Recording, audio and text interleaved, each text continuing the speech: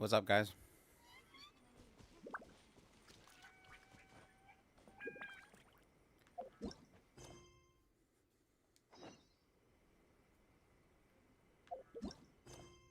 See my dailies. Let's see.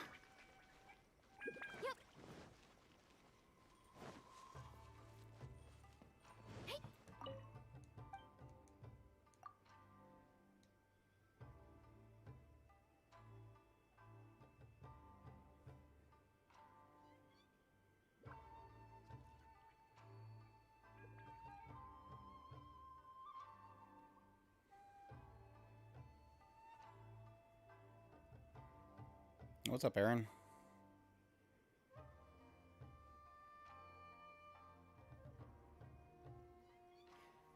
Can NA hook up to European servers or no, Nightmare?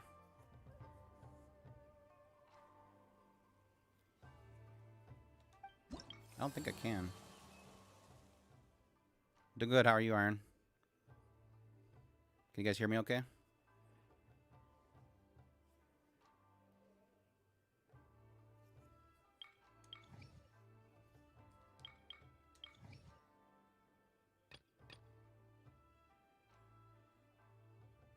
Sweet. I haven't streamed on YouTube yet. I did Twitch and it sounded okay there, so I'd hope that it was the same here.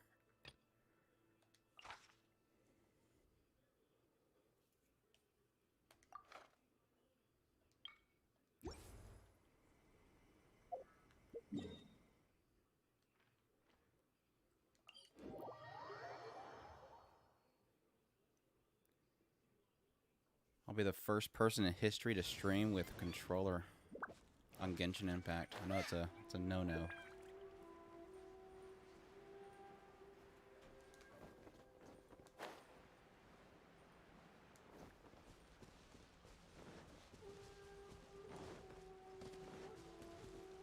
I guess I'll play these characters.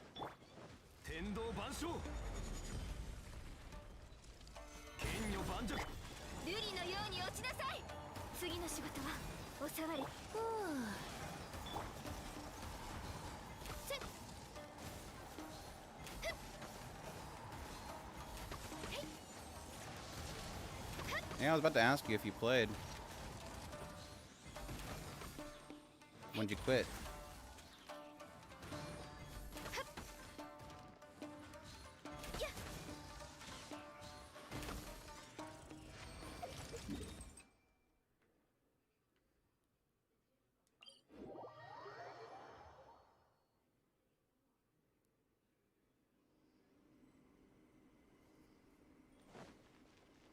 Was it before Inazuma?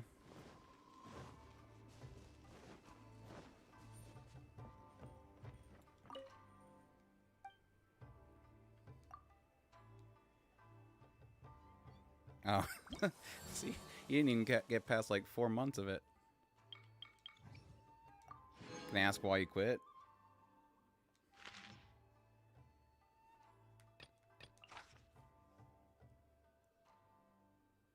Electro damage.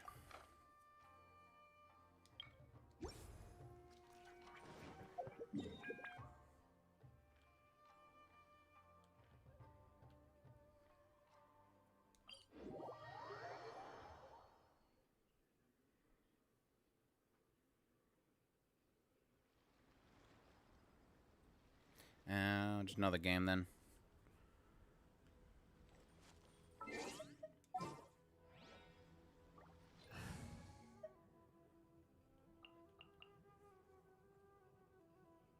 I'll admit, when Overwatch first came out, I was kind of into it just for the art style and everything, but I don't know, I was into something else at the same time, and so I never touched it. What I did that for?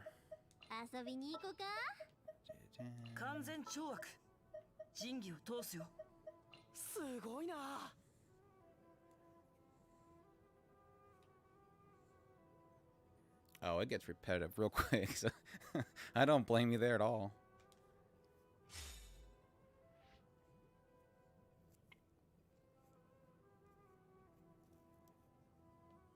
What, you think I was lying, Seismic?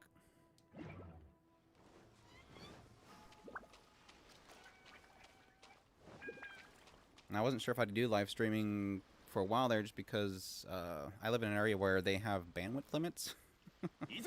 And you have to pay like twice as much just to get bandwidth limits removed. So, I don't know, trying it out, see if it works, and if it does work out, then I'll start live streaming more often. How you doing, Seismic? Hey, Jan.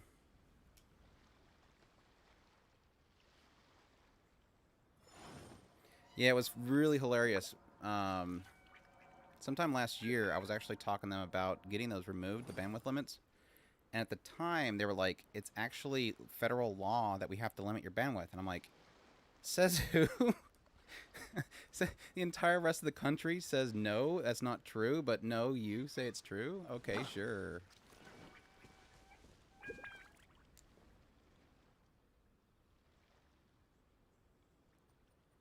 Yeah, it's pretty ridiculous. I've never... I don't know.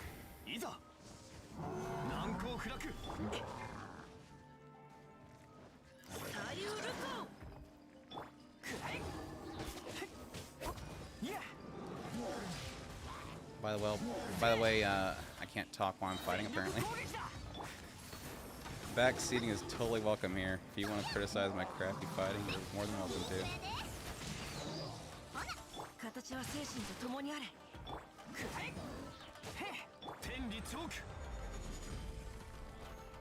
I'm so bad at this game, I rely on Zhongli to keep me shielded at all times. I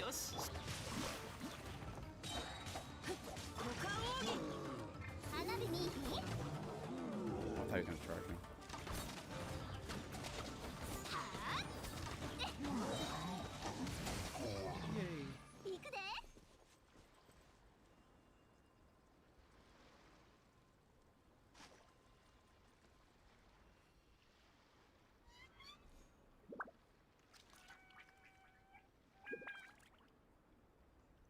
I know, right? When I questioned him on it, the lady was like, I don't know, I'm sorry.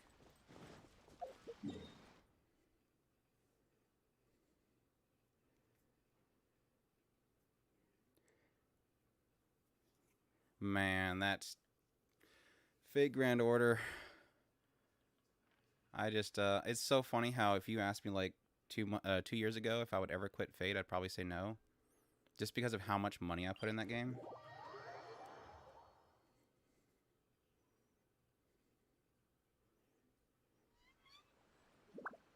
Starkiller, it's cool because this game is so...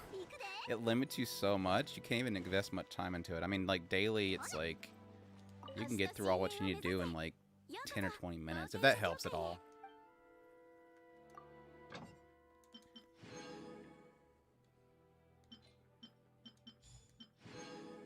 But no, man, Fate Grand Order. Oh, I went there, logged in, like, what, a couple weeks ago? They had the event, shoot, I remember the event of... it was a summer event, that's right.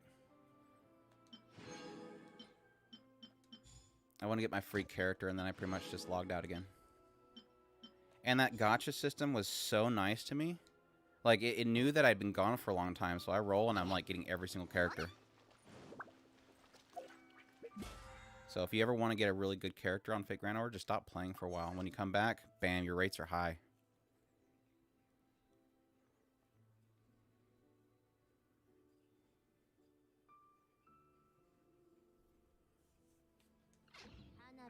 No, I kid you not. I probably spent... probably... I'm going to hate saying this, probably near $3,000 on Fate Grand Order. And that's what sucks about it. Is like you quit the game, it hurts.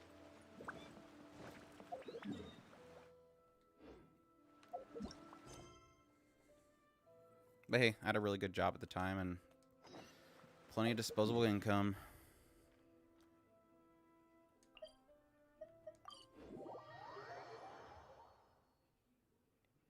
What's up, Clumpin'?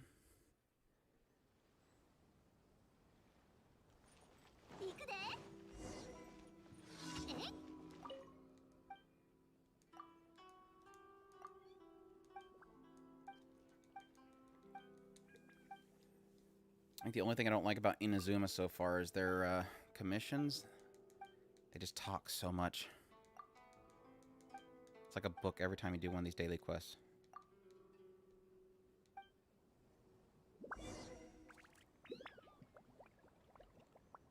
Is that Tomomo Somerville or the original?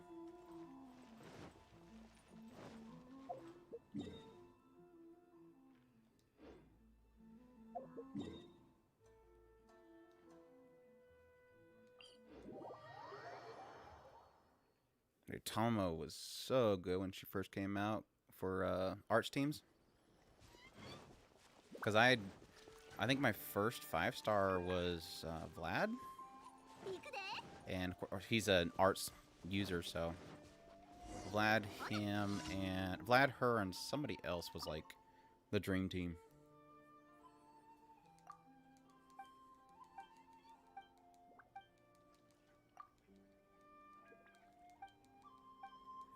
But it is funny though, like going from like so many gacha games that I played before. Like I played Crossing Void, I played Alchemist Code, which is like a Final Fantasy Tactics like game. Vagrant Order, Crossing Void, Alchemist Code. I even did like Arknights and everything. And then you come to a game like this, which has got a gacha system, but like, you know, all the great animation in the world and everything. It's like, it feels so weird going back.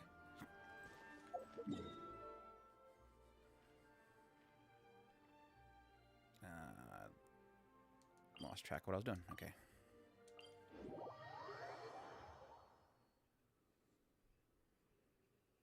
What's up, Genghis?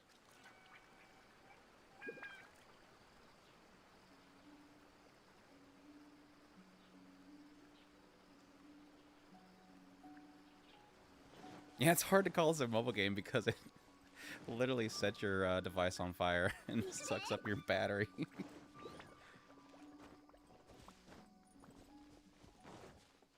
Which device did you have it on, Genghis? Your PC? And that's the other problem is, like, I am sitting here, like, juggling my data on my my mobile devices trying to play this game on it. Because it's so huge.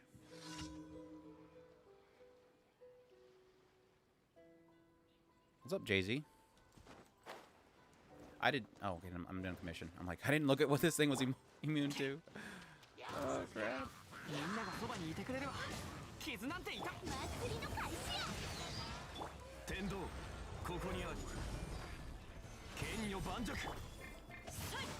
Oh, I totally missed that, dude. Smooth.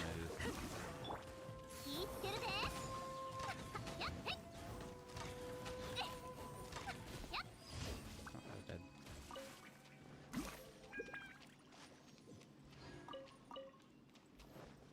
Now, this game looks like incredibly good. It's so funny because when they first kind of started announcing it and showing the trailers, I was like, I'd admit I was one of the first people to say this just looks like a Breath of the Wild clone, but the gameplay is just so much more intense. I really do like the swapping system. I got one more. Nope, 2 more.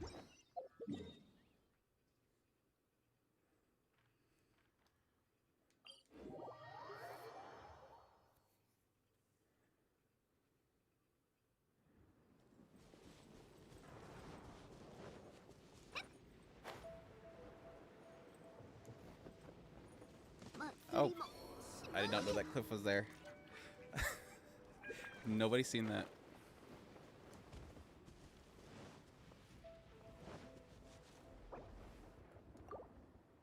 My poor Yoimiya. I didn't mean it, girl.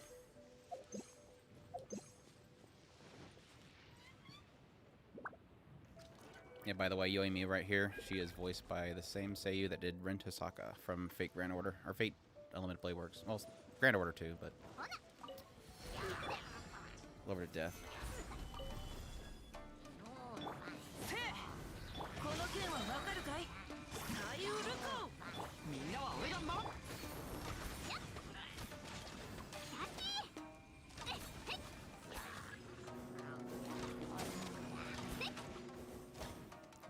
Stuff.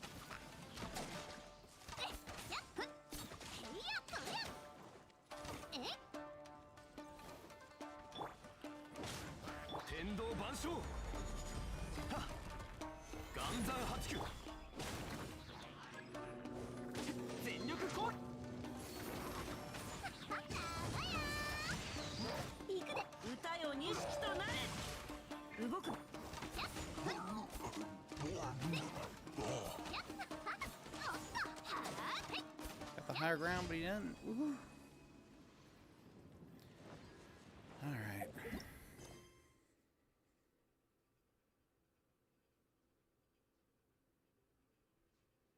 I got all the swimsuit servants from this year's Fate Grand Order summer events, except for Carmilla, is that her name? Like I said, the gacha system was being like super nice to me.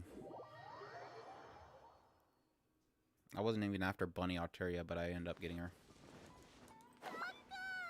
Artoria, sorry, not Arteria. What did I say? Arteria?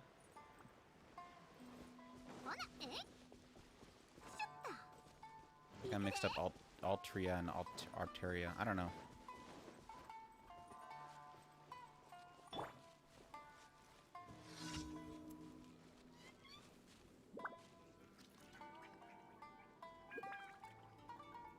Oh, it's full of waifus. It's just for some reason they make certain characters like really OP that are male characters, so it forces you to play them. Most of the good ones, though, are the females, just because.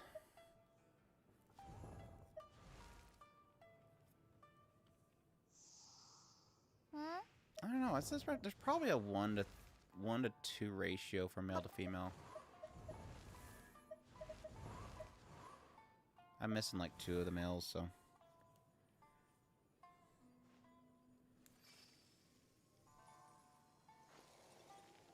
That's right, Jan. I was telling my brother the other day, I think the creators of this game, I think they're truly anime fans because they understand, like, if you see the advertisement for, like, you know, the English release, they'll often put the English Seiyu, or voice actor, and the Japanese Seiyu, like, right underneath it. They know that these Seiyus sell this game so well to the Western audience, too, so. Oh, samurais. Don't climb on the pole. Zhonli, the pole dancer here.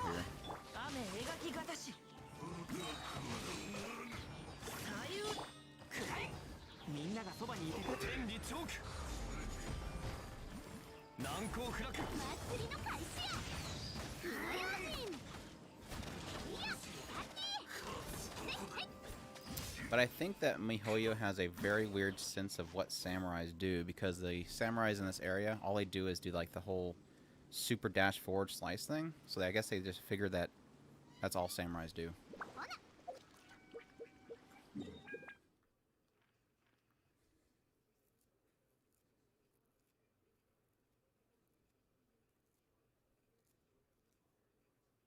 Oh yeah, I went for Hu Tao just because of Rie Takahashi. I wasn't too sure if I'd actually like her just because of her gameplay. So, the way that she plays, for those that don't know, she basically sacrifices part of her health in order to attack, and her ultimate does more damage the lower the health that she has. So she's like one of those living on the edge type of characters. I was very surprised how much I enjoyed playing her. But yeah, and Rie Takahashi, obviously.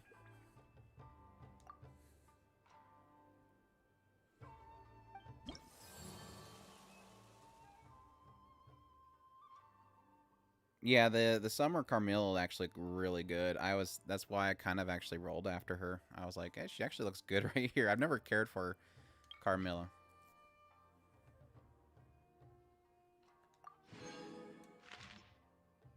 Let's see. no cryo damage. I can't use Ganyu. I don't like this area either. Which one was Melty? I have to look at that one. I don't remember what Melty's was.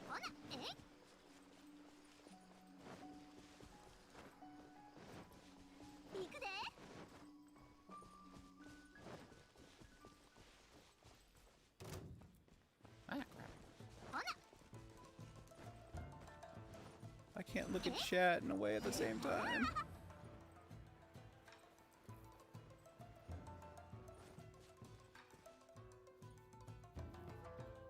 I don't know how long I'll stream. I'll probably just do like as much as I can in Genshin, and as long as people are here in chat, and I'll probably just keep going.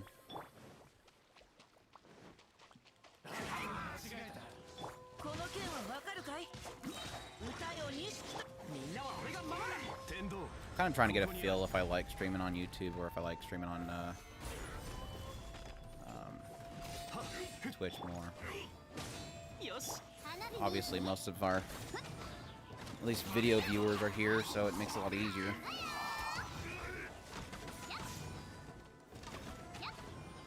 I feel like I'm just trying to build a new audience going to Twitch.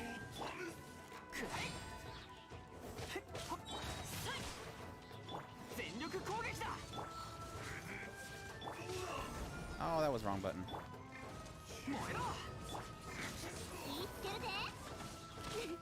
Oh.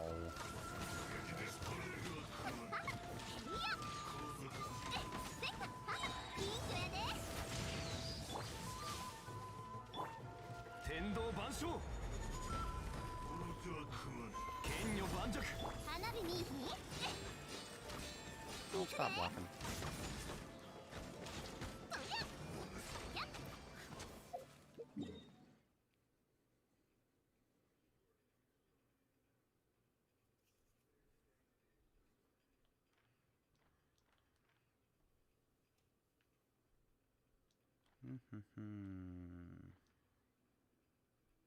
Up here.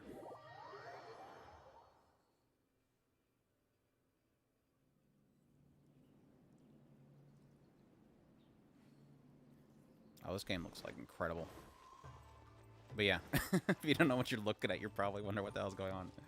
Why did the cute girl suddenly turn into a tall, dashing man? I don't know.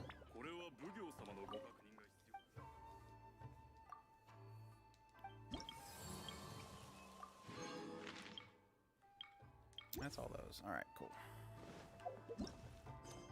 That was all done. That's done.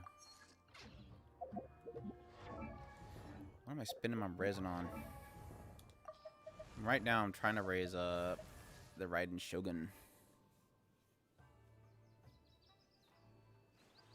My Twitch, I think, is Otaku Spirited. An ED at the end of it, because somebody else decided that they were me, and so they just made a Otaku Spirit, which bugs me.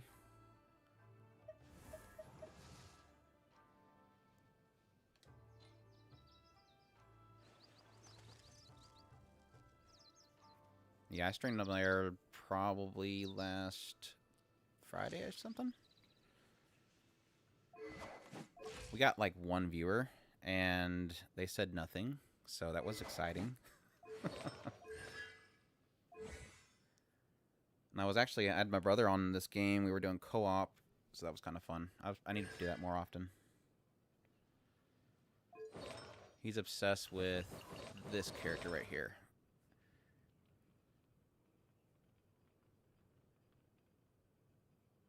Yeah, I don't know who that other Otaku Spirit is.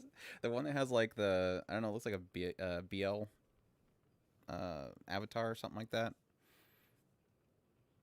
But at least if you put youtube.com/Otaku Spirit, I think it actually pops right up. So that's a good thing. At least I have that. But no, this character, if people are a fan of Waycross and several other things that she's on, the Seiyu Fortama, that's why he's obsessed with this character. Let me go to profile.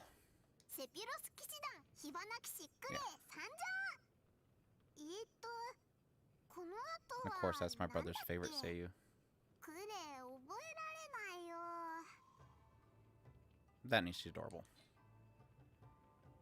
Yeah, that's if you've not played this game and you are a fan of the cutesy characters, here recently they got enough characters on this game to create the ultimate Lolly Brigade.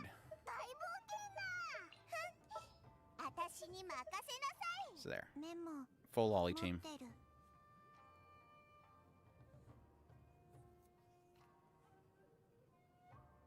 Which I think Sayu, she's voiced by the same Seiyu that did Rika from Higurashi When They Cry. Klee, of course, like I said, is Tama from Recross. I don't remember what the other two were.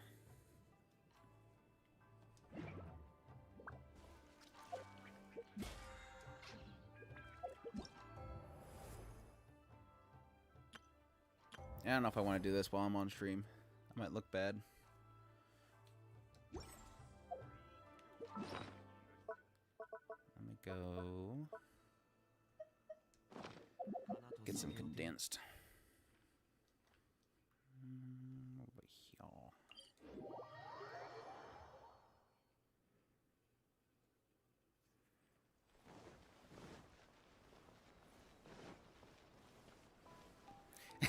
here. That is very true, Jan. 3 of them technically are healers. Well, Diona is more of a shielder. Yeah, she does have a heal in her ultimate. Chi-Chi's just full healer. And yeah, Sayu technically has a heal on hers, but if you build her up for, like, swirls and stuff, she can be at full damage. Plus, Sayu's a lot of fun to play. She's like a little roly-poly thing. Plus, really fantastic when you're traveling around.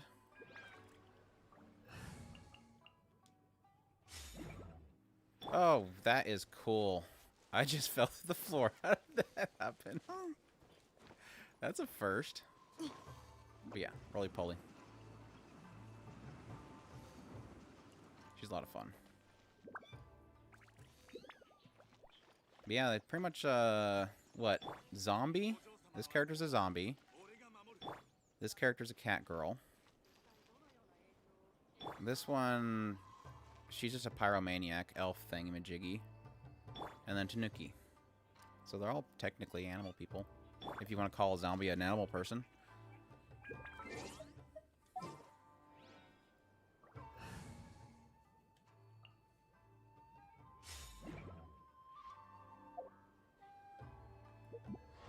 So can I do Ball's weapon today?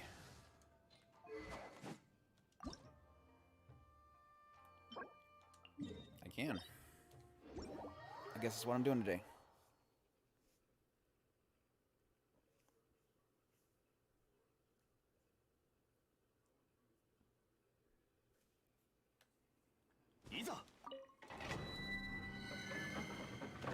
This is a pretty easy dungeon though, so this I won't look too bad.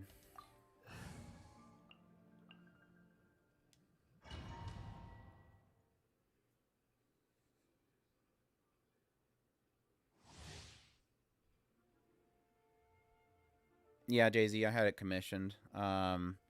We had somebody that was actually, I don't know if he was like prominent in our community on our forums for a while, but he popped in there and gave us a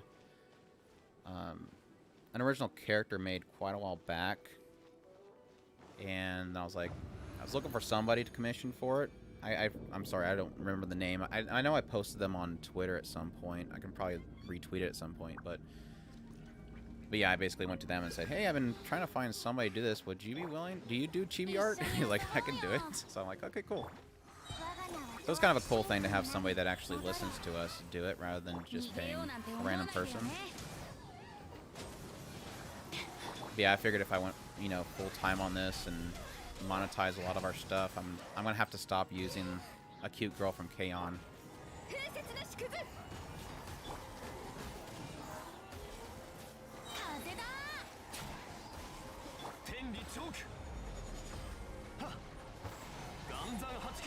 I'm waiting for them to make this electric girl a playable character. She's so cute. And I always have to kill her.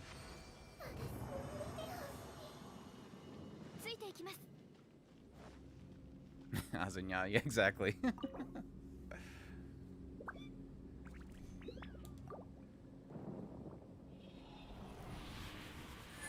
It's so funny because every now and then I'll like check certain things that I haven't checked in a while, and Azunya is still on there, and I'm like, crap, I gotta change that. I don't want Kyoto Animation to come after me.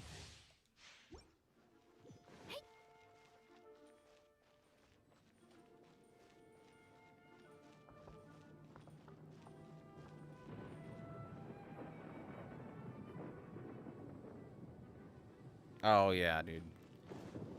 If anybody knows me, I have a soft spot for Heterochromia. If I see a Heterochromia character, I'm like all for it.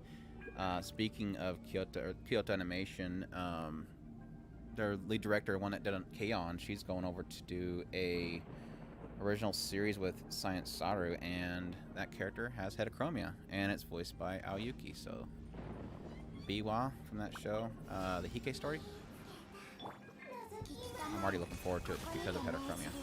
Of course, I think it's got story-specific reasoning for that, because I think she's supposed to be blind.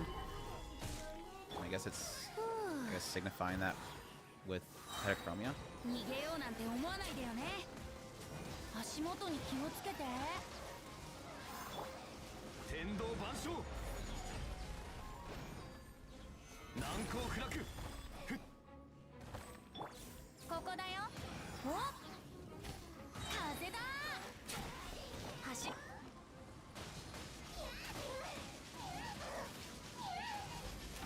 Sorry, electrical girl. They're making me fight you.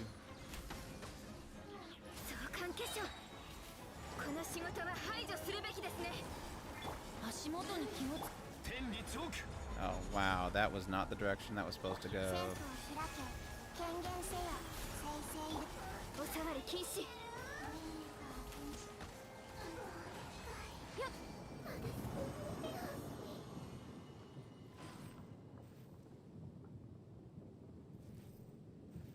You just tried playing it again, Genghis?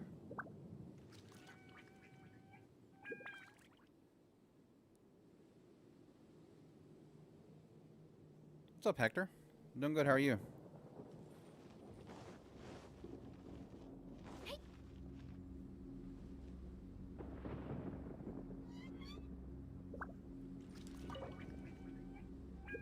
I need to announce the second season, another season for Wonder Egg Priority. I hope they do. Oh, you're bringing up old wounds.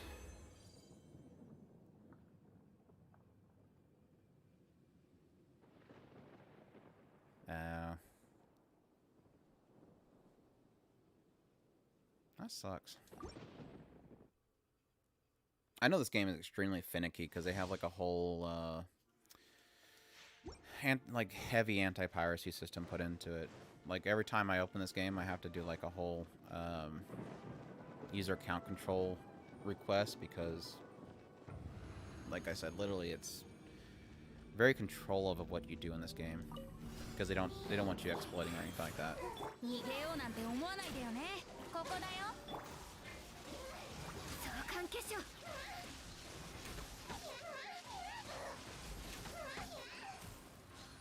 I'm sorry, Electric Lady. I feel so bad every time I have to kill her. As I point blank shoot her.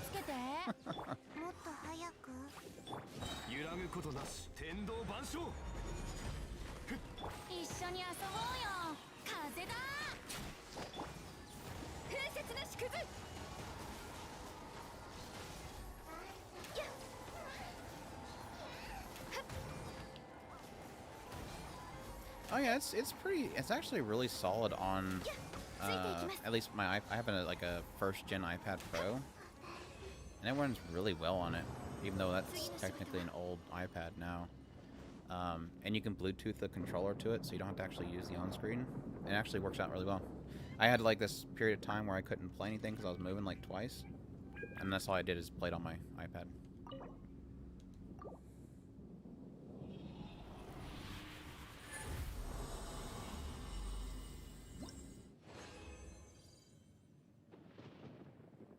don't know if it's anti-piracy, but just anti-hacking and all that kind of stuff. But yeah, it was. I admit that I was pretty question mark when it first came out, just because, yeah, technically it's made in China and everything. So giving a lot of permissions to something that's made in China is always kind of a big iffy mark. Oh man, Watch Dogs Legions. That's kind of one that I've been wanting to play. Is it any good? I didn't hear too much buzz about it when it came out.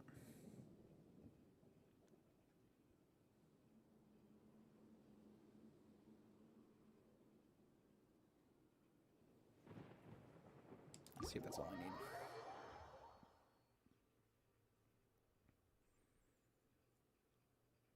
The other game that I need to play right now is I have I bought the DLC for Ghost of Tsushima. I haven't gotten to that yet. I 100%ed the original game. I loved it a lot. I never gotten it to. I played the first one, and I was kind of disappointed in it. 2 looked good. Let's see. I'm just sidetracked here. Going to Raiden.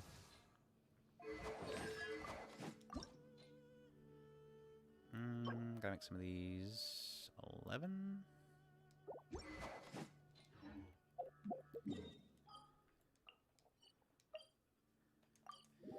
You guys can see my weeb pot. This is my teapot. I can build my house here, and so I decided to make a weeb place with a weeb fencing and a weeb house. Alright, let's see. No, go here, here. That's not what I need.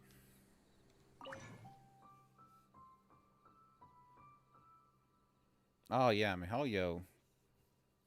Give him time. Give them time and they'll take everything. They're getting plenty of money, that's for sure.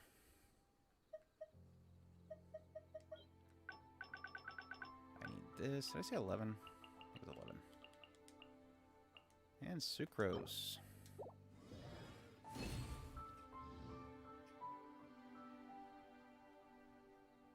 I to this day so vivid, because I used to actually be into gaming a lot back in the day. Especially when Watch Dogs was coming out. And I still remember this day that how, like, overly played out Watch Dogs 1 was visually and everything. And they kind of delivered. But, I mean, that first showcase of Watch Dogs, man, that was, like, huge.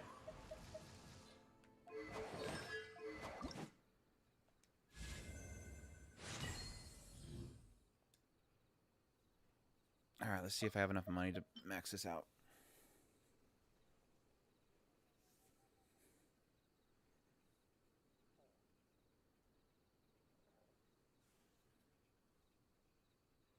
I'm just curious with Legion how well they played out the whole system with recruiting anybody. I kind of figured that would...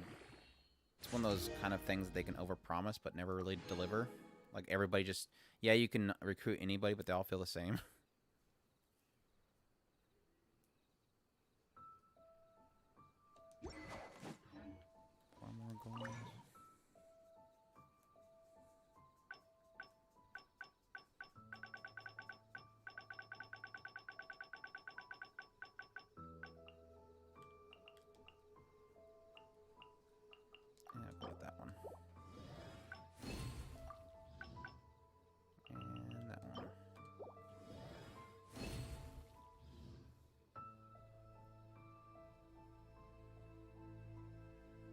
Which one was Bedbug? Was it the hacker? Oh, I guess the main character's a hacker too, but I think they had like this other guy that was like a chubby guy. Hey, Watchdog, yo, the character's a hacker. Yeah, the main character's a hacker. That was dumb.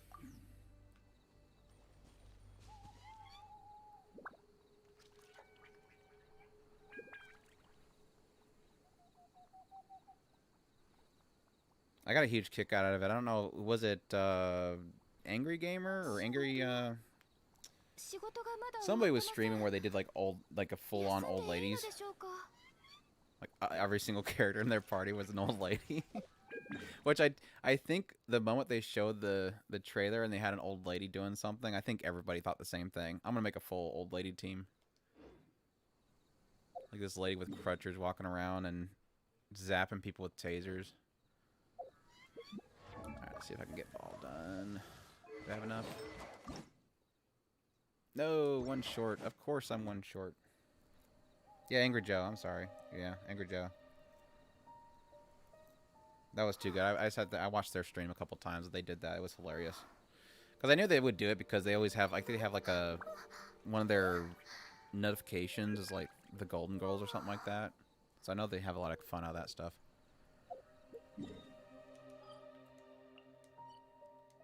That's just content waiting to happen.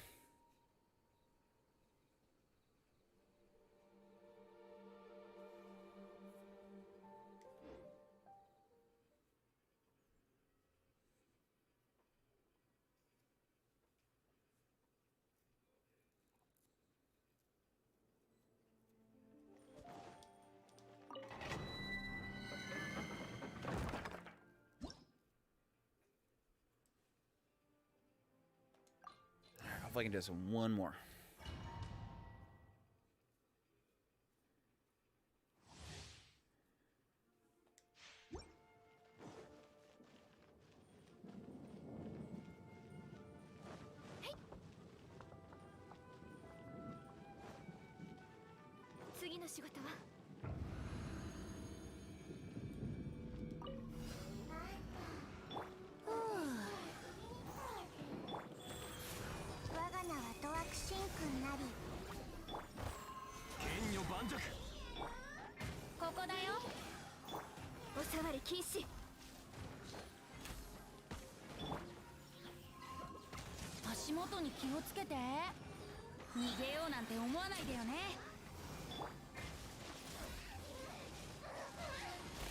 I'm sorry, Electric Lady.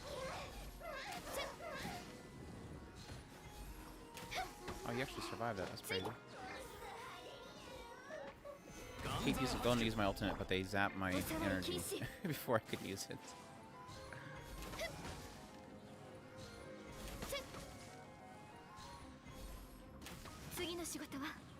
And these yellow ones heal.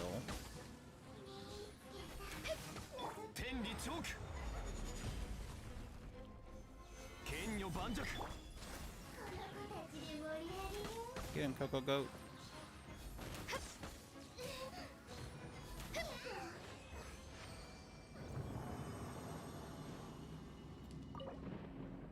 I'm gonna use regular.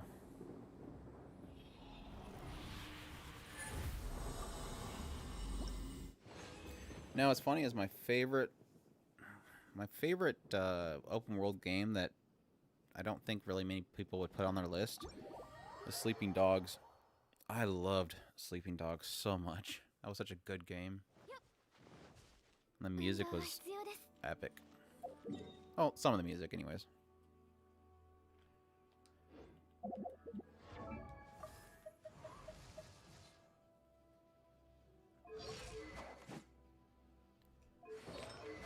Well, hold on. Besides Xenoblade Chronicles X, I will correct that. I mean, like, city open world games. Sleeping Dogs was like the first open world game that I really loved the driving. And I usually hate the driving in open world games.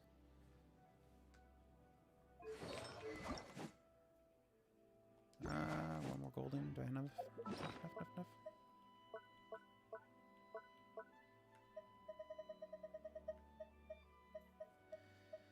That's one. Maybe two. Oh, maybe if I get a double.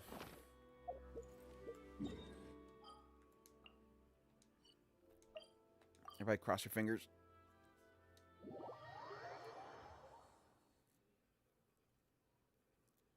Yeah, because they had like, and that's even like they had the whole chart system in that game, where you, like, if you went from one area to another in a certain amount of time, they would put you on a leadership or a leader chart, and that was like the first one that I ever actually did that with the actual cars. I just loved it. Just driving around was cool. And the combat was a lot of fun, too. Story was decent. Oh, look at there, bonus. Come on, keep another one. Come on, Ayaka. Extra. That works. Got it.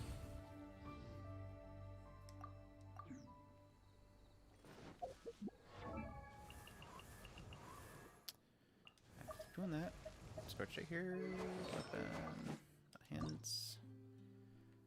27. Jeez. Let's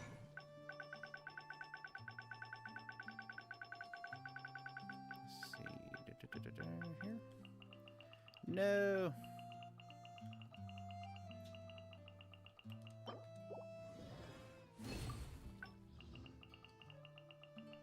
That's enough for 3 more. Oh, 1 more.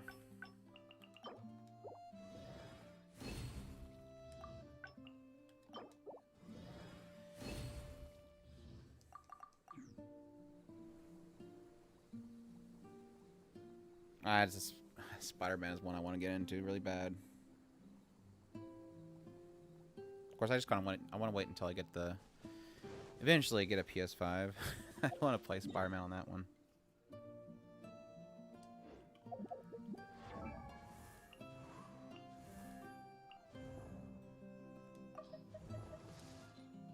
I think the last big open world game that I played was probably Horizon. That was a good game.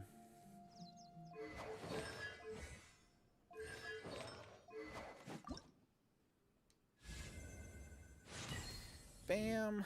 90. Time to run out of money.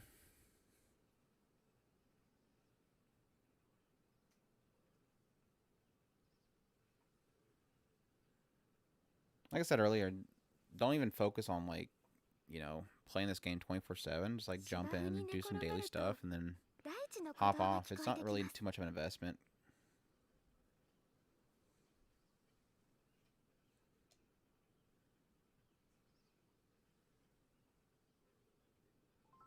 Oh, thanks, Lee.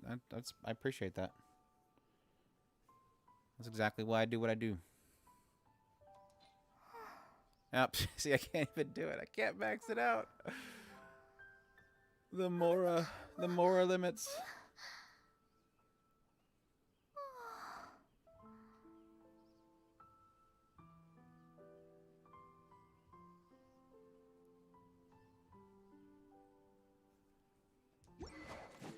Ah, well.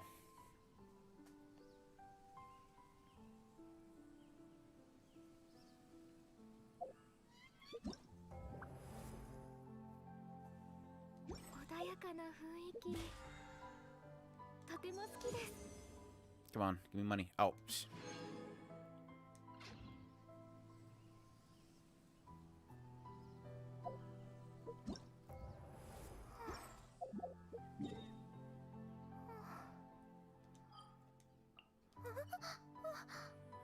Yeah, I was thinking of starting a new video series here soon, doing like extremely obscure anime that I think people should check out. I think that'll be a lot of fun. Like the one thing I enjoy doing most is telling people about shows that I think most people miss. We did a whole podcast here recently, of course, that we did obscure anime, but I'd like to like deep dive into a lot of those titles. Let's see. Oh, commissions.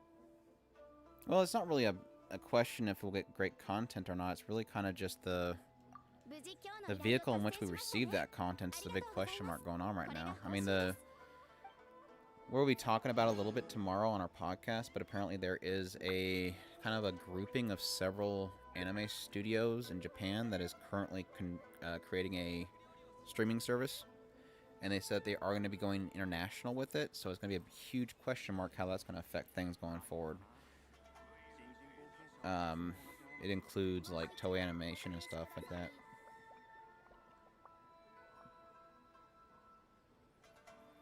So if, I mean, I don't want to read too much into it, but can you put the question mark out there that this might be a response to Sony having such a huge control over distribution? Not really just Sony and Aniplex, because they're the same company.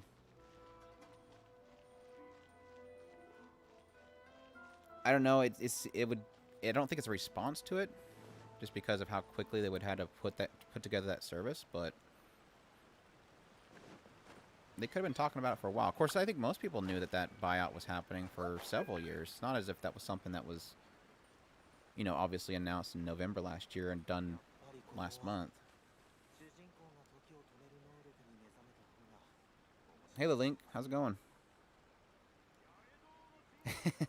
I agree, Genghis. I agree. See, that's the whole problem. It's like, I wanted to be excited about Sony buying Crunchyroll, but at the same time, I don't really like one single place having all my content.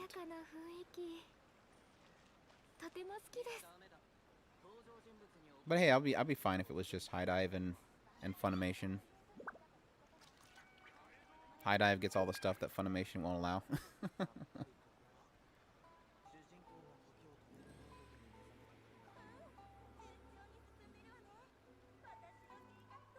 Do I have any bad experience with some fans and fandoms? Oh, yeah.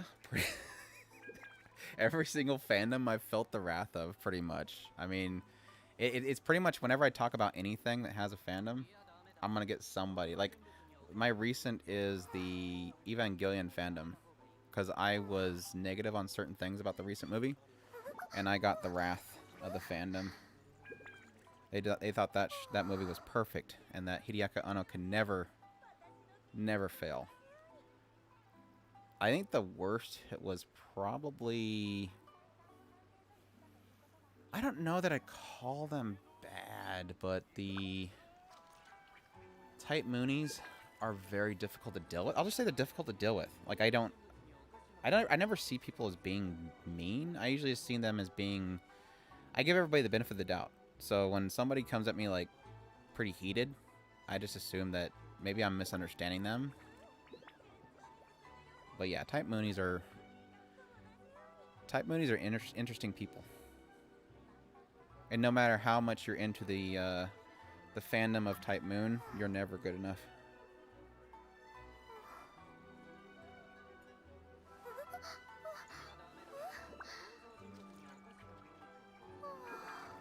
I'm curious how long they'll keep Funimation and Crunchyroll separate, that's for sure. Because I know there's no reason for them to really merge the two, because they're making money off both. But I do see if they do ever merge, they'll probably double the cost of it. They'll probably push more towards Netflix price.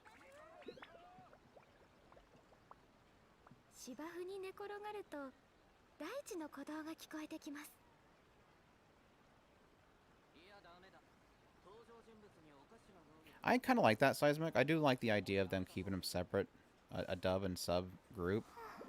I mean, it doesn't benefit them at all doing that, but I'm sure they probably see some double dipping happening, and they'd be perfectly fine with it.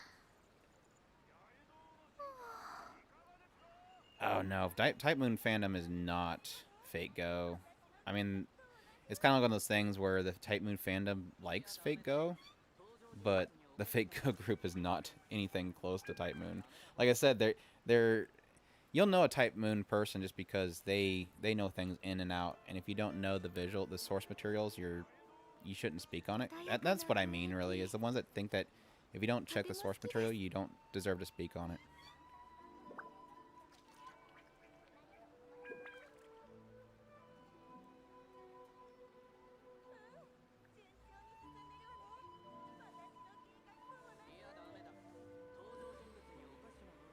And that's the problem with Link, is really the aspect of,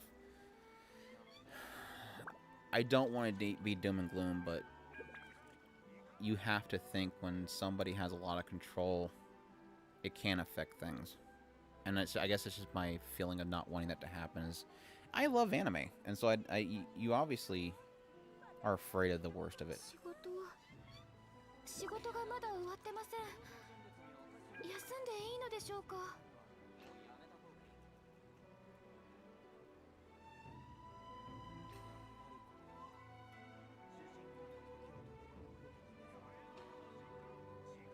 Is it getting bad hate from the Moonies? I was excited when I seen Carnival Phantasm. I love the original.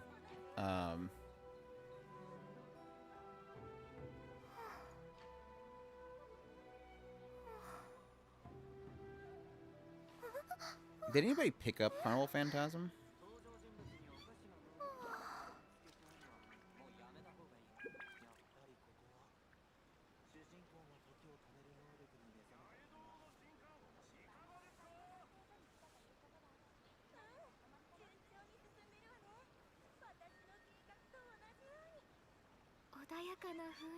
Exactly, Genghis. I mean, that's exactly it. I mean, that's the problem that I face. I mean, even when we made Otaku Spirit, our whole focus was to be positive, in the face of a lot of. I don't want to criticize them because they have valid arguments, obviously, but it was a market of podcasts and YouTubers that were kind of negative on stuff. And so our focus was to be like truly positive on a lot of things, but even me, still, I'll run into problems that I run into.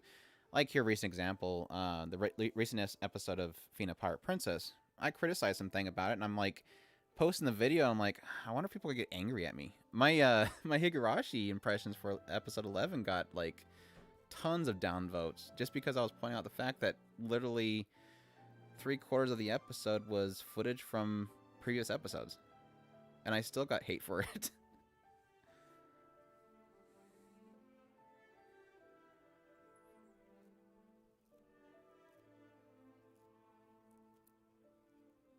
No, I think Solo Link. It's just I've met people that are Fate fans that just casually enjoy the stuff in it, and then I've met Type Moon fans that are like hyper into it, which nothing wrong with that. They're just like hyper into the lore and everything, which are good because I typically like people like that. Like in a lot of my videos when I'm doing impressions on stuff that has a source material, it's really cool having somebody come in and say, oh, they completely skipped this, and it explains what you're kind of confused about. So it's good to have somebody there that knows the lore and knows the information about what you're kind of confused about. But at the same time, it kind of leads to others who, I guess, gatekeepers. People that think you shouldn't talk about things unless you know everything about it.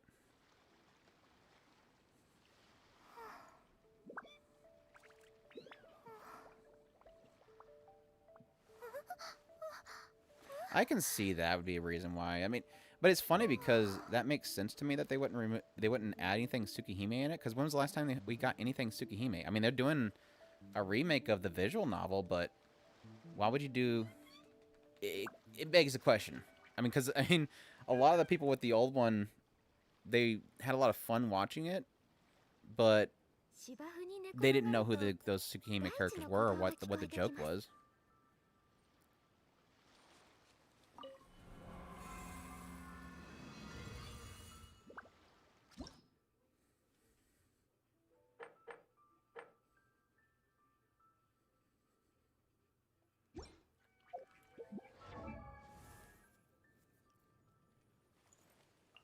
Should I do experience farming? What does she need?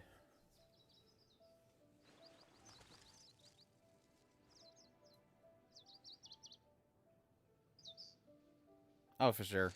It's so funny because I see a lot of people that are like, this fandom is like the worst. And even when I was talking about Type Moon a minute ago, I mean, I rarely run into them. It's just one of those things where when people say that this fandom's the worst or this fandom's the worst, they don't necessarily acknowledge the idea that all fandoms have those people. Like, yeah, there's gonna be that one person that's just way too outspoken, Those people that are just way too into it. Nothing can go wrong with this creation. How dare you speak negatively on it? But I come from a direction that I think if I'm critical on something, I'm usually saying it on in a sense that I want it to be successful. Like when I point out something has got like to your tourney here recently. Like they just kind of stopped having really incredible animation. And the only reason I pointed it out is because I kind of didn't want that to happen. I didn't want that show to suddenly... Why are you looking that way? Oh. I didn't want the animation to go downhill and it to affect the show.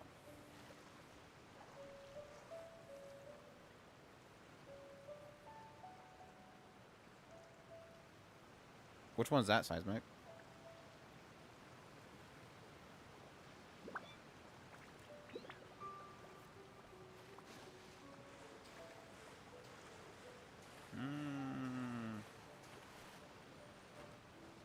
I'm blanking on that one.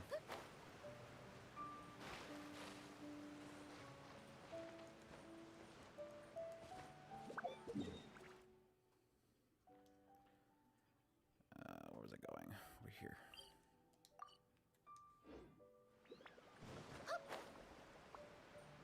Let me get a boat.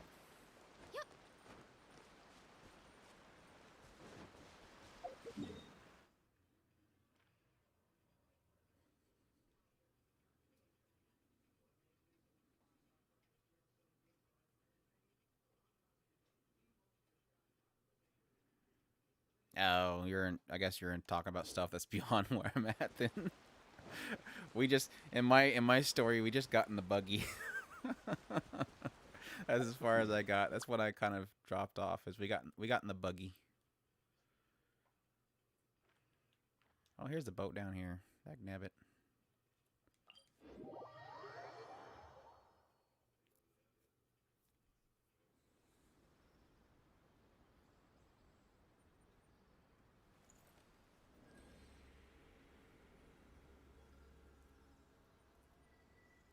Yeah, I agree.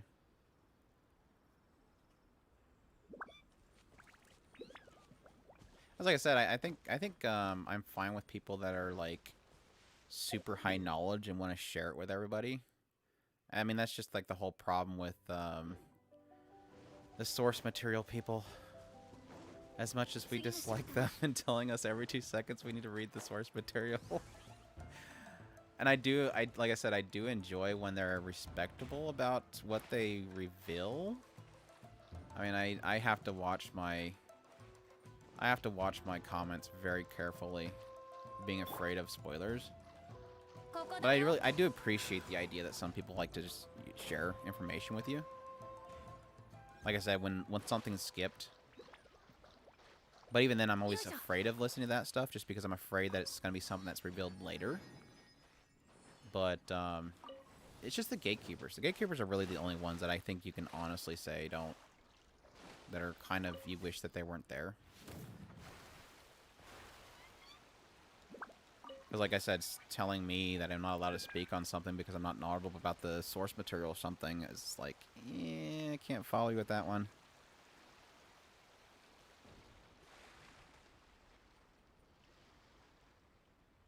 But I'm still good though. I mean, like, especially getting into YouTube, I was kind of afraid getting into YouTube just because I've seen so many other content creators that their comment sections are just nasty. Can you stop trying to go forward? Thank you. And I've been really lucky. Like, I haven't really gotten too bad of comments. I mean, I've had one here or there. Like, one guy called me a virgin neckbeard because I think, which show was that one that I was negative on? I think it was the... Oh my gosh. Oh, the VR game that's stupid real. Which one was that called? Real Dive. I was negative on Real Dive. I think it was that one. And I was like, really? I'm sorry for having a beard. Does my beard bother you? I like my beard.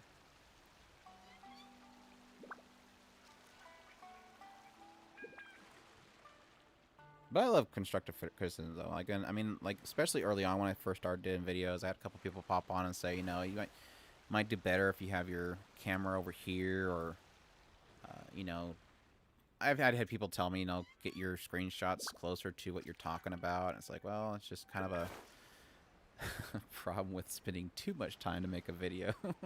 Lining up my screenshots would take a while. People saying I got names wrong. I don't know. I'm mixed on whenever people correct my pronunciations. It's like, dude, English is my first language. I'm not as bad as I used to be. I mean, I listened to my really old podcast episodes, and man, I butchered names so bad. Chris is always there kind of trying to get me to say things right.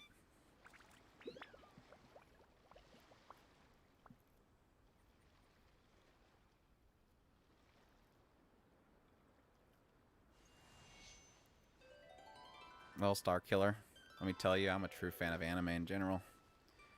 I hope that doesn't set you off.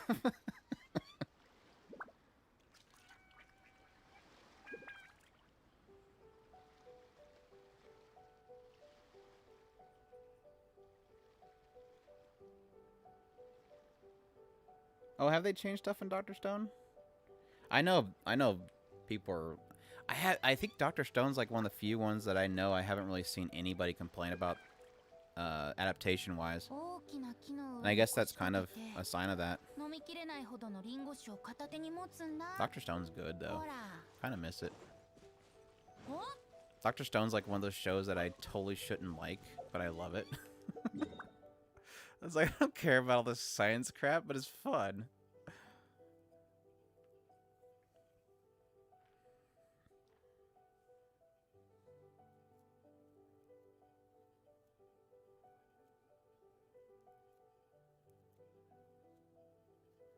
Well, that works a link because my brother barely talks. and I cut out a lot of his talking. I get to edit stuff. I get to control the narrative. You guys don't get to hear half of what he actually says. I'm joking. I'm joking. I don't actually cut out what he says. I cut out his stutters. I don't know if you guys know, my brother has a stuttering issue. Which I don't mind. Like, I used to do a podcast with an Australian guy, and he had a really bad stutter, so I was kind of used to it. And I know people are, you know, mindful of that. Stutters are hard to get over.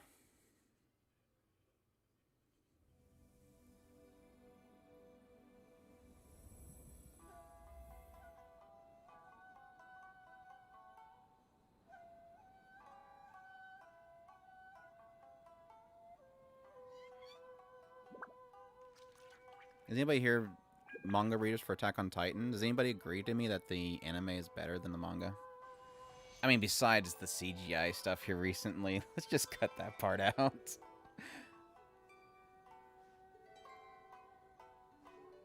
Yeah, I mean that's really what it is, Link. He's very mindful about what he says. He's very mindful about what he says. So he's always trying to make sure that what he says is... He's overly cautious about insulting people. And so he's always trying to pick his words very carefully. It's just how he is.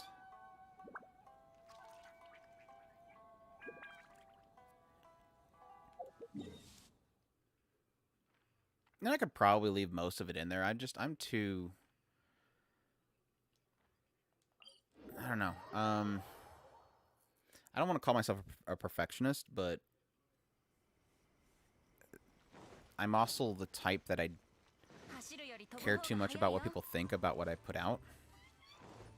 So if I have something that has audio issues, like just a little bit before I came back, left California again, because I moved and moved back, we had an episode that we recorded, and his side was kind of messed. Or was his side or my side?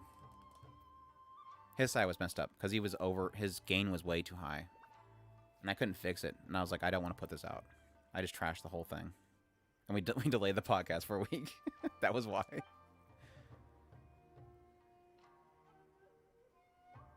Oh, the music is real. I mean, Sawano Hiroyuki, man. That's just... Sawano Hiroyuki makes everything better.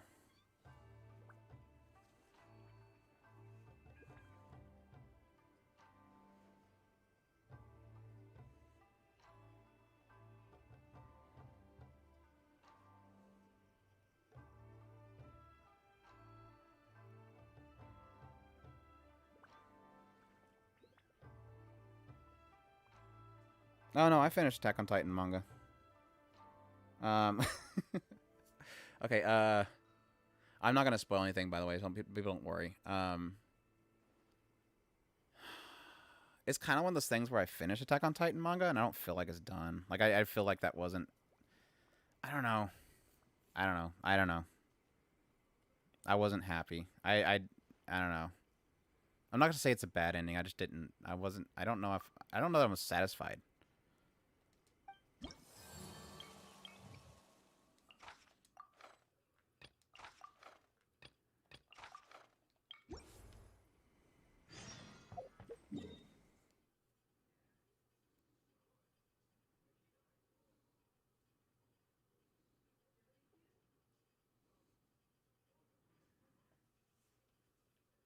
Oh yeah, I'm the master at when it comes to cutting stuff out.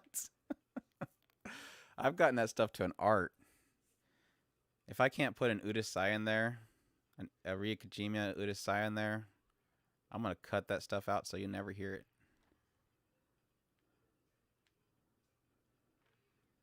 Especially when my brother talks about Shobi. Oh, where am I going? Let's see. I wish they separate these ones. That's definitely one.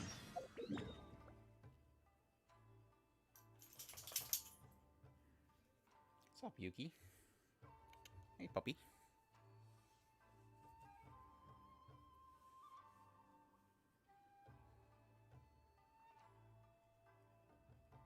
They compared it to Game of Thrones?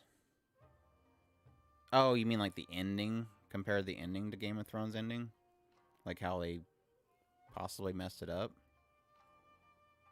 I didn't hear that.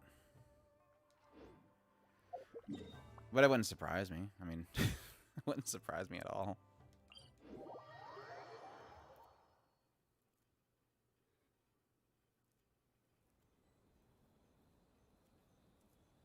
I don't know. Like I said, I'm kind of curious how. I see this. I have two problems with the original mangaka of Attack on Titan. Is one, he talks in circles too much, and his dialogue goes on way too much. And on the other hand, I love a lot of his art, but like especially that last section of the manga, I didn't know what was going on. Like I couldn't visualize what he was trying to portray in some of the scenes.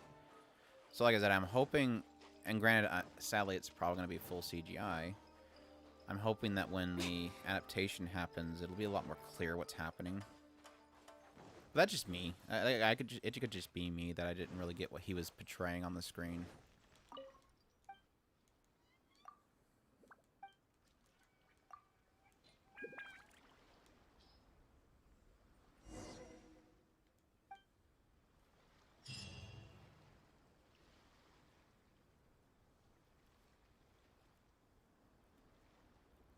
And that was my. I mean, that's me personally. I'm not sure if I've ever heard anybody else say that. It's just me personally, having read the full manga. I just don't. I mean, there's certain manga that I read where I'm like, yeah. I mean, it's obvious they can't portray this. This can't adapt well. But Attack on Titan's like the few cases where I'm like, I get more out of it watching the anime, and it feels a lot more concise about what it's telling.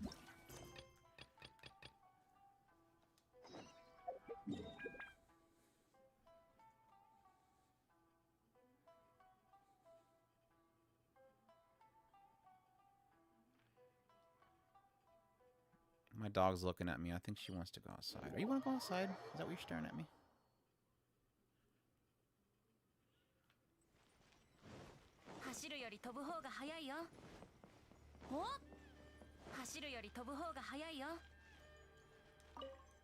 Like when I read Noragami, I mean, it's kind of even for me. Like I enjoy the artwork, and like everything they did with the manga was great. There's some things that are technically not explained the same in the manga or the anime as the manga for the Noragami, and I'm curious how that's going to affect the show if they ever get more seasons, which I doubt since it's been so long. But I mean, the music and everything was fantastic with the anime, so they kind of work equal.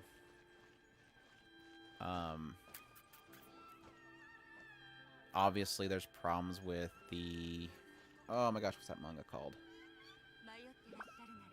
Not Happiness. The same creator as Happiness. Flowers of Evil. That one, obviously, there's issues with rotoscope versus the manga. So I'll stick with my manga on that one.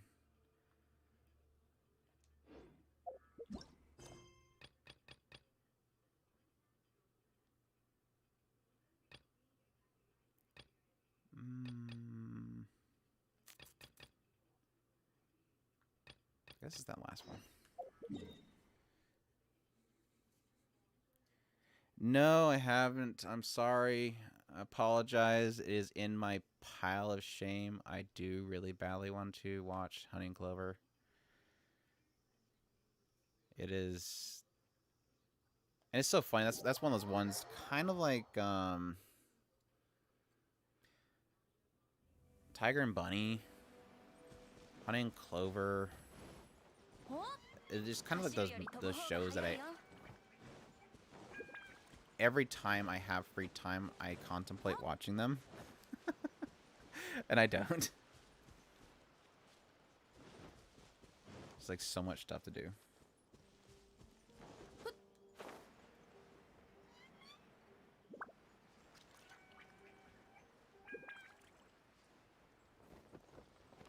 Yeah, it is extremely high on my list of stuff that I just really badly need to watch. Because I know it's going to be good.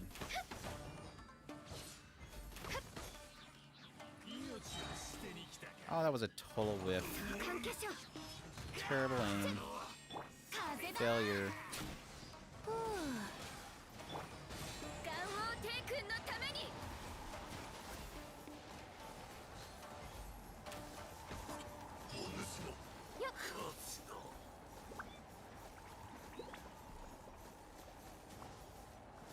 Well, that's kind of the benefit of what I do. Is I mean, I find so much joy in kind of checking out pretty much every single show. Then having those one shows that you look on Miami list and you see like the user count on it versus like the big shonen shows and you just cry. Super Cub last year was that show for me. I'm like, it's so sad this is like getting no attention. And it's such a good show. Nighthead's I think Nighthead's my one for this season. Nobody gives a crap about Nighthead. It's pretty good. I'm going the wrong direction here.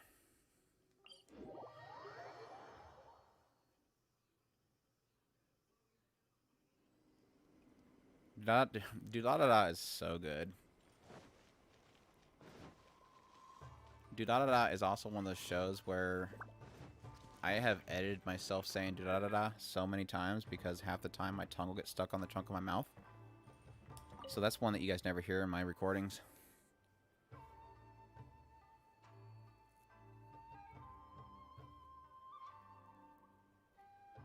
Lil Link, did you watch Odd Taxi?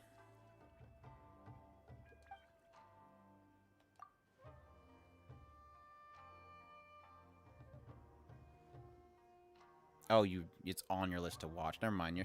You wouldn't get the reference then. I was gonna say if you were like da da da, you'd like Odd Taxi, but you're technically referencing that you are going to watch it.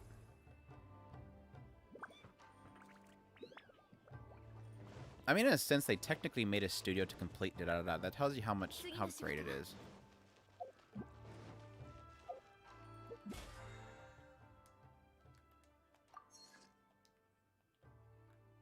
I kind of miss da da da. I mean, it bugged me at the end, but it was so good. So many good characters. Izaya was just pure gold. So many good characters in that show. I need to do my ley lines.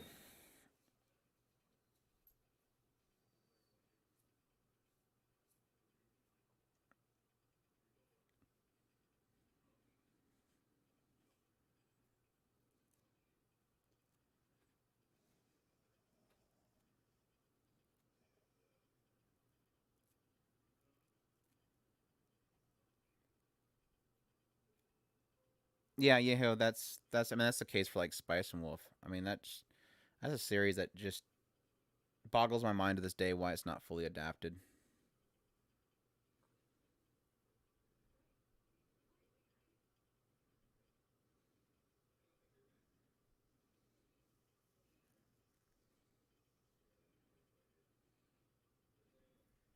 I was saying that Odd Taxi was similar to Da Da Da Da, and the idea that it's like a big city, follows a lot of character, has a lot of mystery to it. It doesn't have supernatural in it though, so that's the only thing that kind of breaks away from it. I'll go over here.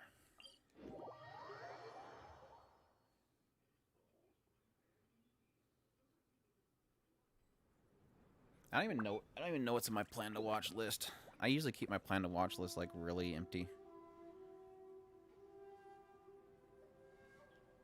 Let's see. Wait for my Annie list to come up.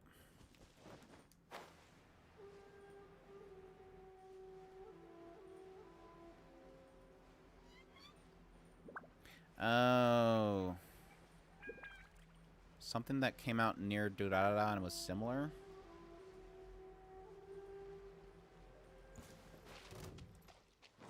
What do you want?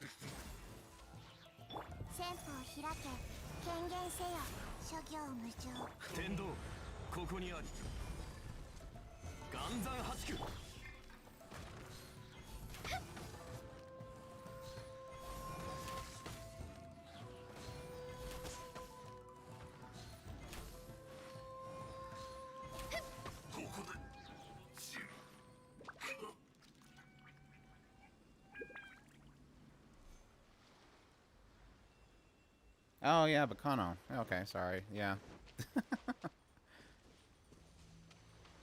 Isn't it the same creator? Bacano is so good. That's another one that just so badly needs more.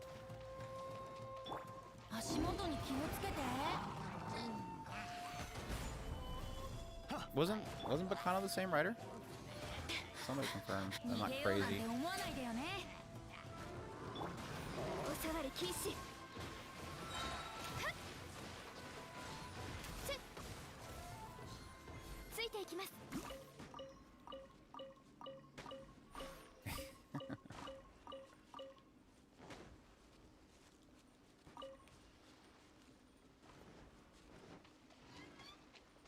There was I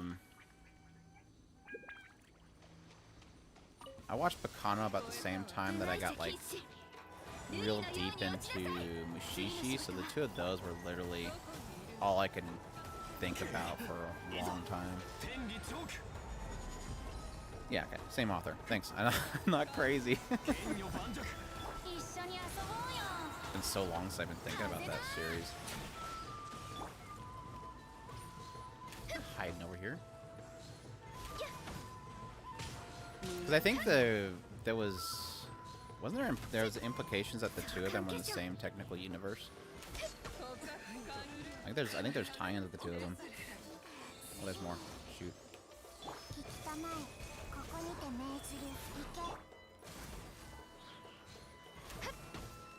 Bacano is one of those ones where I just kind of want to get into the source material knowing they'll probably never adapt any more of it. Oh, you piece of junk.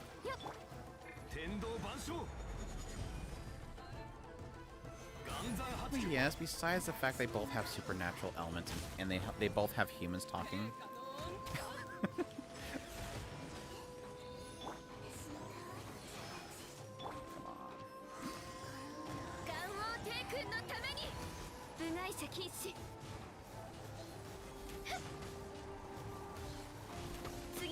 Oh, base mall ramen. I know what you're talking about. Yeah, that one does feel very do-da-da-da. What was it called? It's ramen something. Just search ramen on my anime list. I think it's ramen something. I can search it in a second as soon as I'm not dying from this thing. I never finished that one, but I kind of wanted to.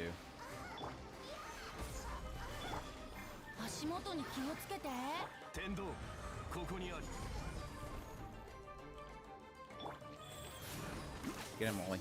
Get it, Ollie. Get it. Okay, don't put up a shield. Don't put up a shield.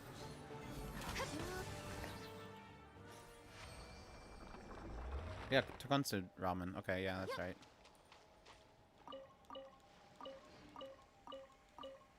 I really badly wanted to get... I don't remember why I dropped watching that show.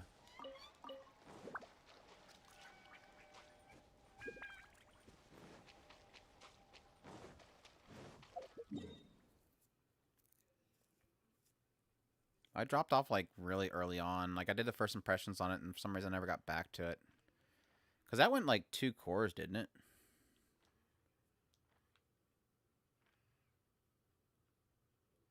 Where's the other ley line?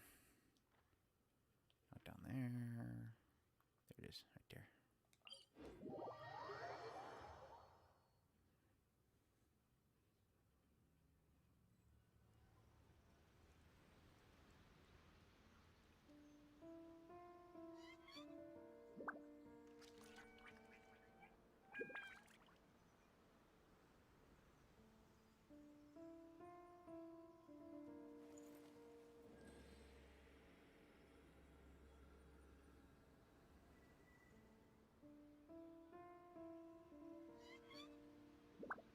For Tonkatsu Robin?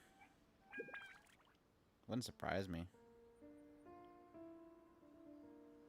Wow, I watched 5 episodes of that, and I didn't finish it?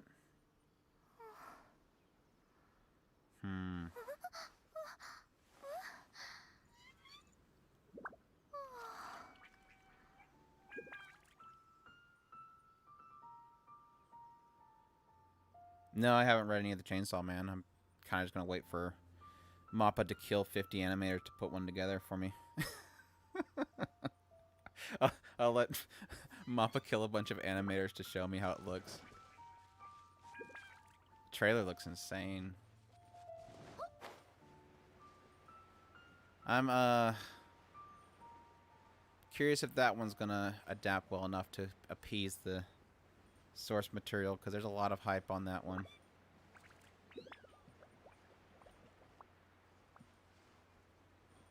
Yeah, I only turned it on when I got this one, and I'm pretty close to turning it back off.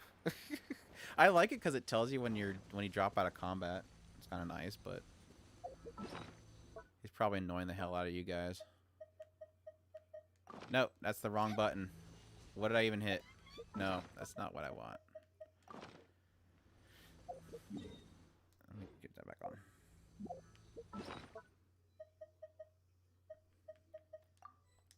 No, what's great is when your brother leaves Klee out and then goes AFK, because for those that don't play this game, Klee has like the most highest rate of talking that any other character in this game has, so she doesn't shut up.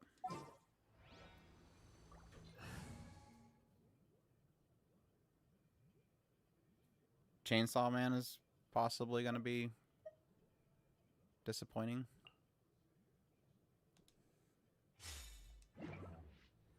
I mean, Klee is cute, but she doesn't shut up.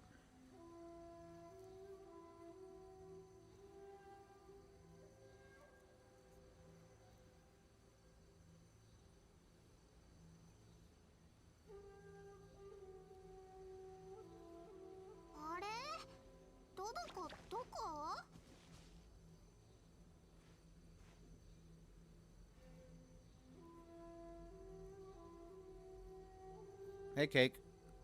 No, this is my first time on YouTube. I've streamed over at Twitch a little bit, but just checking out YouTube for streaming purposes, and we'll hopefully get pretty consistent about doing some streams and chatting with some people.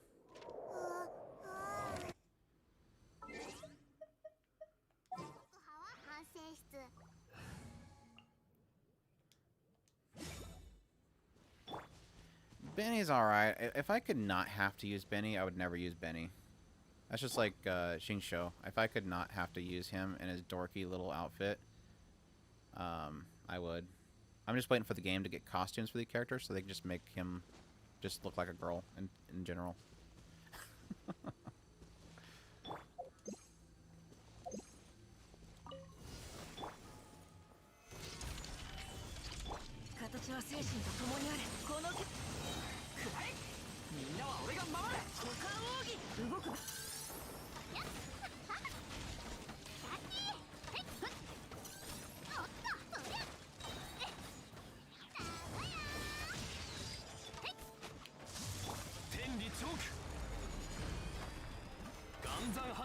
Really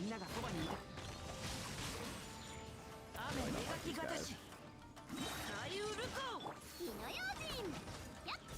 Oh, hey, they died faster than I thought they would. Oops.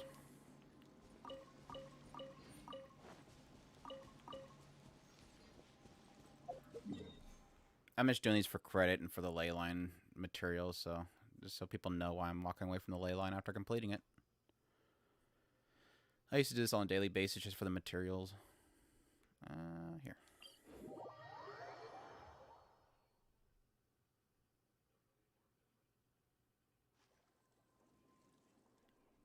Hector, you talking about chainsaw?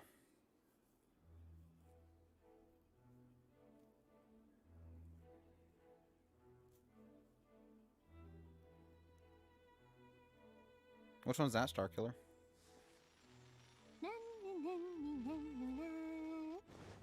Sadly, a lot of stuff does technically just get, like, short OVAs or trailers, just because they're trying to sell the manga itself. But there's always hope that it gets, if it sells enough in Japan because they made that OVA or that trailer, that it'll get more. Because don't forget, I think Ancient Magus' Bride was that case. They did a small OVA, and then look what happened. They made a full, what, 2 core?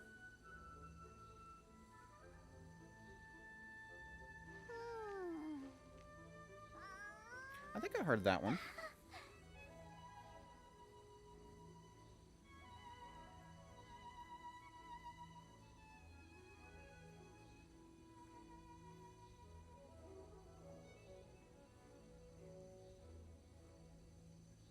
I don't know. I don't want to, I don't want to say this because I don't want people to feel the necessity to have to spoil it. But all I'm getting so far why Chainsaw Man's so great is it sounds like it's just because it's dark. I'm hoping it's gonna be more than that. I could be completely wrong. I probably am wrong. Actually, I'm gonna say that I probably am fully 100% wrong. But it just feels like a lot of it's like the dark aspect of it. Again, I'm probably terribly wrong. And I'm waiting for somebody to correct me in the chat. Dark, for the sake of being dark. Okay, I can actually fight back now. Screwing around.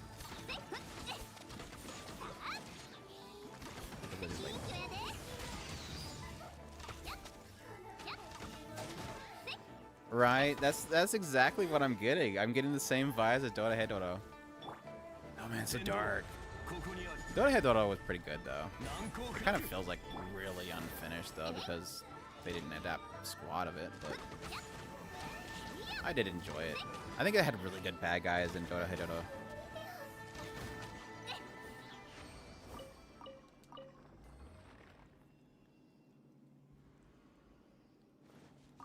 I'm just trying to figure out Japan's fascination with people with objects on their heads. Like No Gun's life and stuff. Like there's some weird fascination with like...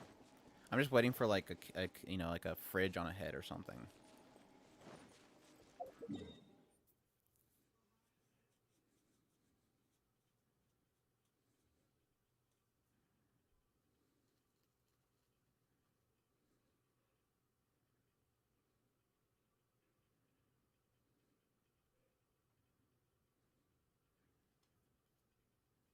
Yeah, animation was hard to get over with that show.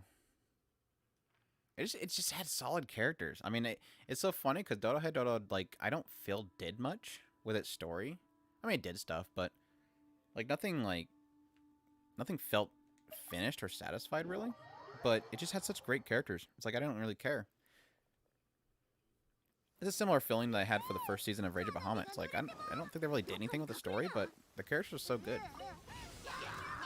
Fina's doing that right now. Just not really doing much, but the characters are good. I mean, Karen's good. And Karen can basically carry Fina Pirate Princess. Oh, come on.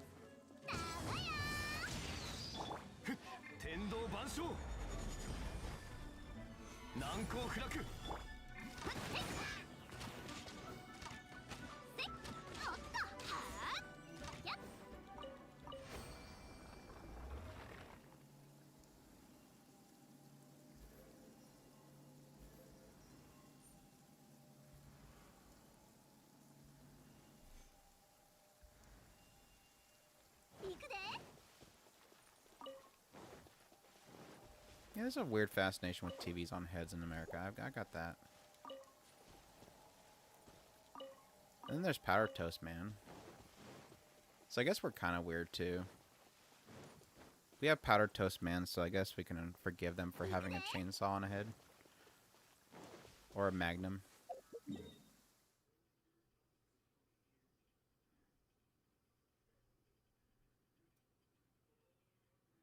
Right, that's exactly it, the link. I love liking bad guys. Not that I I like what they do, just I love the idea of having a character that you understand and want to see. I mean, that was the case of Isaiah and da-da-da-da. Him walking up to some chick and stepping on her phone and laughing, it's just, that's just the priceless moment.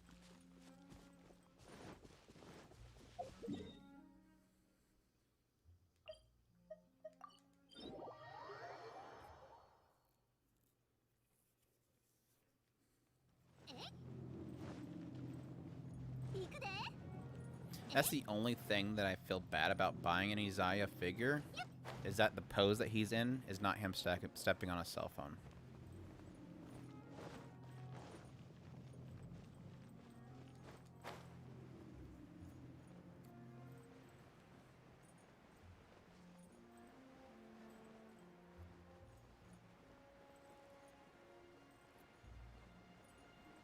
Yeah, I liked, I'm trying to think of some other really good bad guys. I always mention the Mama from Neverland. She's just a good bad guy.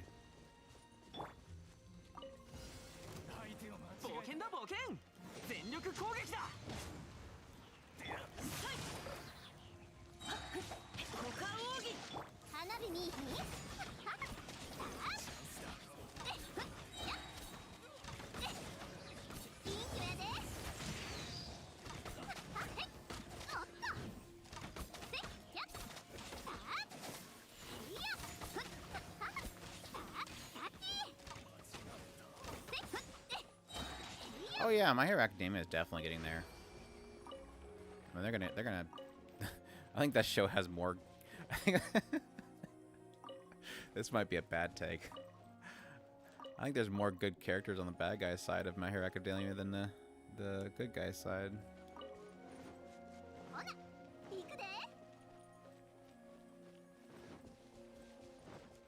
I mean, they have Toga. Good rom-com antagonists? I'm probably the worst person to ask that because I don't care much. Well, I like rom-coms, just not full romance shows. Shoot.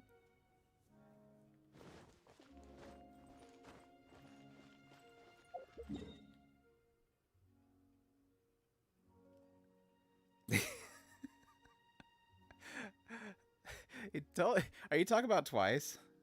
The Deadpool guy? What was his actual name? The guy, I got it stuck on my head, but I can't say it. Boy by Gawa. I think that's how you say his name. He's got the weirdest name. Boy by Gawa. Twice is good. I like him so far.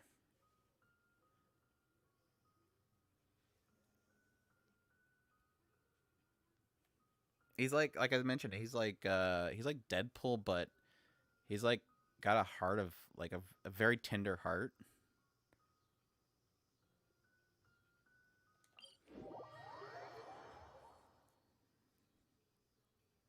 Oh yeah, Fate Zero is like Jin Ibuchi's like so good at creating bad guys.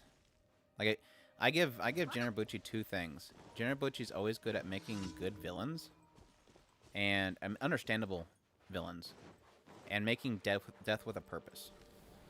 He doesn't just he kills a lot of characters, but he has a purpose to his deaths.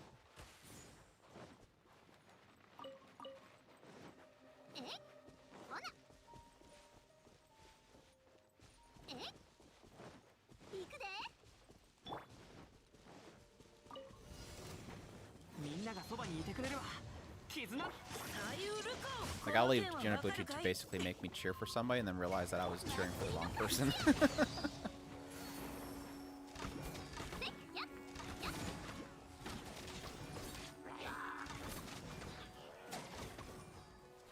I won't mention anything specific, don't worry. I'm just saying Jinabuchi himself in general does that.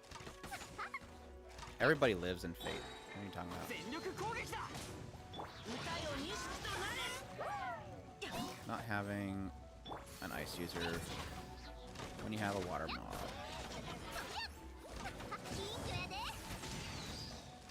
I can't see anything, camera.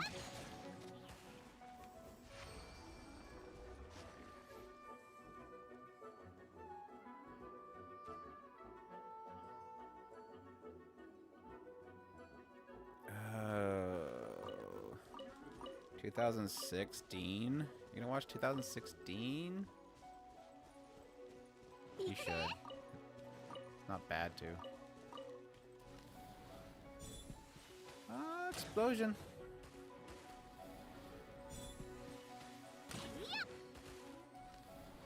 Terrible shot.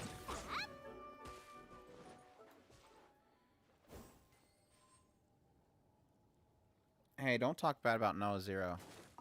Don't talk bad about No Zero Season 1. You can talk bad about Season 2 if you want. This chat only allows bad talking on Noah Zero second season.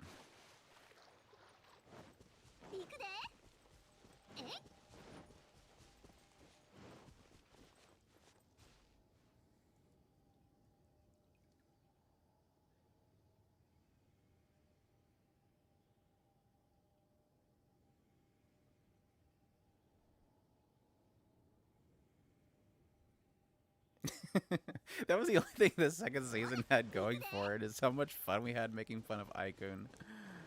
Oh, we had so much fun making fun of Aikun on the podcast. He was best boy. You were definitely correct there, Seismic. Oh, good times. I think we even... I had to go back. I think we even gave Aikun an award for that season, that year, if I remember correctly.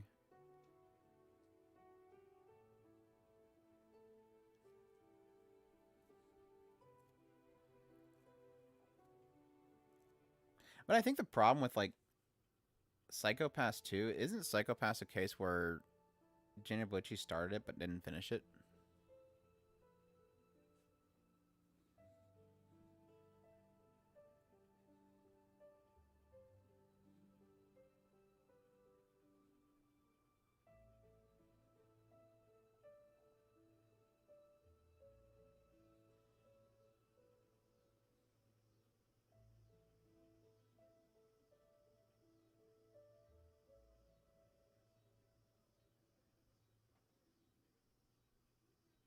I don't know.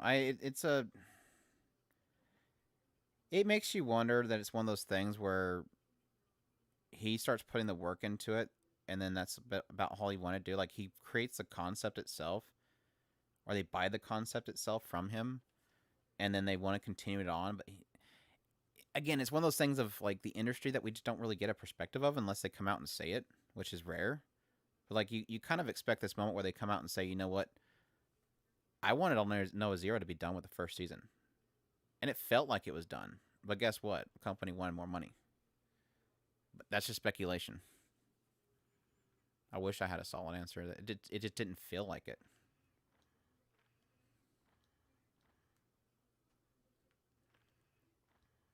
Well, granted, with All Noah Zero, it did technically feel like there was plenty more they could have gotten into.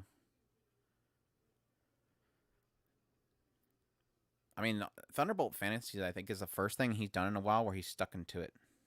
Like, Thunderbolt Fantasy, it seems like he just does not want to let that go. He's been stuck in China with dolls. Somebody needs to go... I think somebody finally went over there and saved him from the dolls, because now he's doing Madoka Magica again, which... I don't know, give up one thing where they're chaining him down to do the same thing over and over again, and give him something else to do the same thing over and over again. So he finally puts the dolls away, and now he has to deal with little girls killing each other.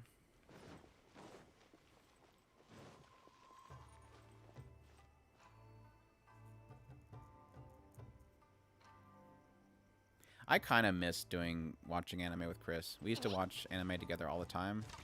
And ever since I moved and then came back, we haven't really sat down and watched things together. Of course, I'm trying to keep up on things like the day of, so it's hard for us to get on the same page right now.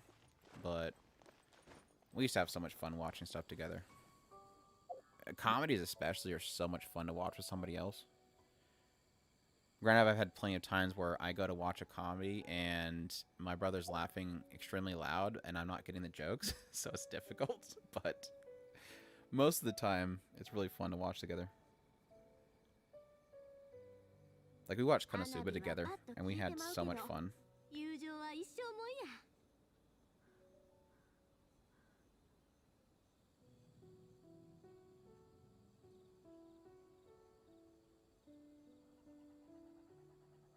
I agree, Cake. The biggest problem I have is working. A lot of places I work for, especially where I'm at now, if you're not into college sports or hunting, you had nothing to talk to your coworkers about.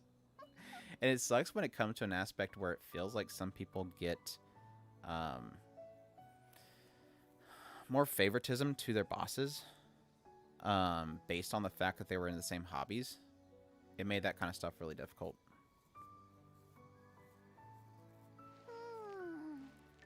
So I end up always kind of focusing strictly on work and making sure I had plenty of work to talk about. That way I had something to talk to my boss about.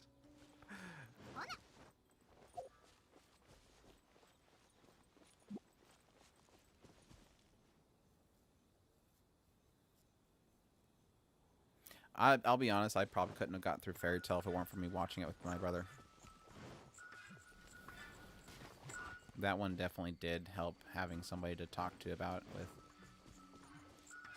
Still need to edit that podcast episode. Where the hell are you at? There he is. Kill the Tanuki. Where'd he go? Oh, I've gotten this one before. You're gonna make me switch to electric character just to use this? Oh. Oh, landscaping company. Yeah, I can find that be pretty much your only conversations. Oh, man. At least for a while there, I had games to talk about with certain people. I'm gonna make my ball team.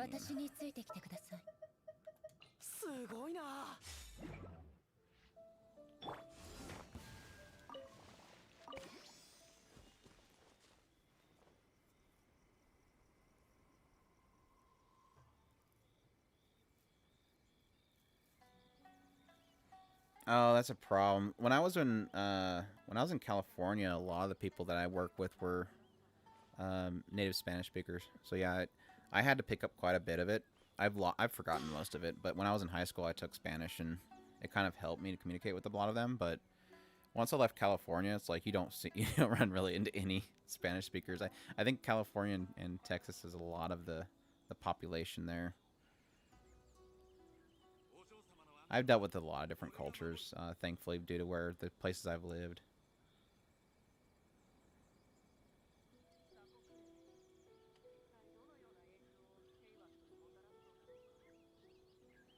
Now, question: will you rather watch trash ending or unfinished story?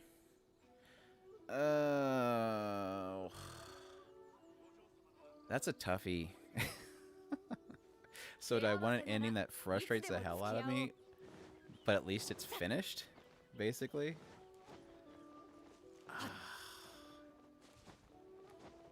I'd rather trash ending. If the journey's good enough, I'm fine with the ending not being that good, but at least I know it's... Now, here's the caveat. If it's unfinished and it feels like I didn't get anything out of it, I don't want that. I'm starting to feel that right now with Spirit Chronicles. I'm not sure if anybody's here watching Spirit Chronicles. Spirit Chronicles is one of those ones where it feels like, unless they do something here quick, it's going to feel like it's been nothing but build-up. Like, I don't know they're going to get to anything decent by the end of it. Because I think I had a case of a trash ending here recently. Oh! Wonder Egg Priority. I wouldn't say it's trash ending, just not... Its ending muddied things up real bad. Like I said, that ending feels like they want a second season. If Wonder Egg Priority does not get a second season, it's gonna be... I suggest people don't watch the last ending. If they never get a second season, don't watch the last ending of Wonder Egg Priority.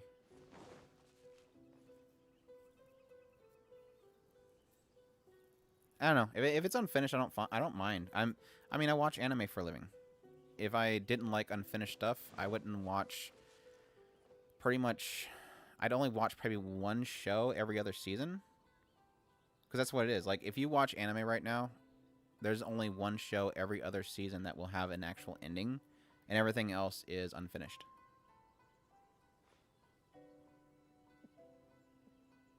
Oh, yeah. Watch Wonder Egg Priority. Absolutely. 100% watch Wonder Egg Priority. It is absolutely fantastic. Just don't watch the last episode until they announce the second season.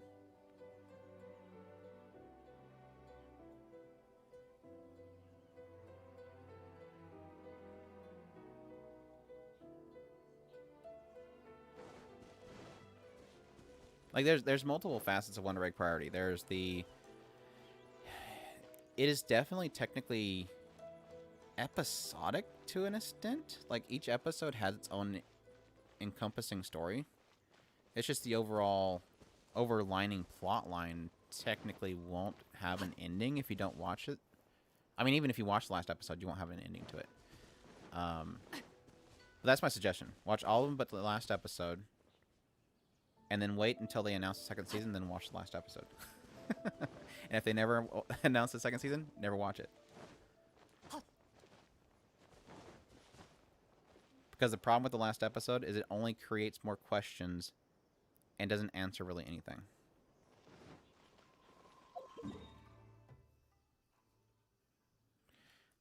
Alright. I've lost track of what I was doing. I don't have any condensed. Oh, I do have one condensed. So let me go to... Here.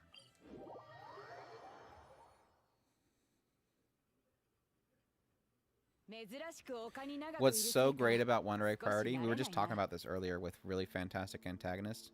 Wonder Egg Priority has the most, probably the most unsettlingly portrayed antagonist I've seen in a long time. Like, the backstory episode of that show was probably, if you ask me, like, name the best episode in an anime in, like, I would probably say within the last 5 years, it was probably that episode with that backstory. It was that good.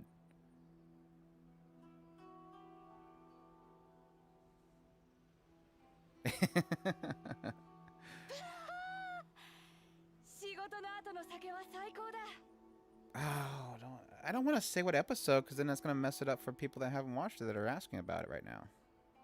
You can't tell what episode. You'll just know when you get to the backstory of that show. You'll know.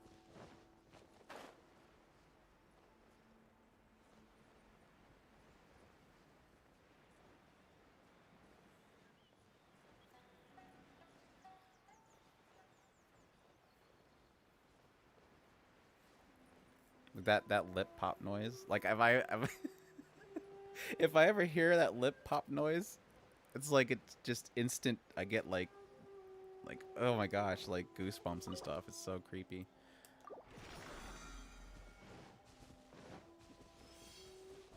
I think I watched this show here recently that had somebody do that, and I immediately thought of that character.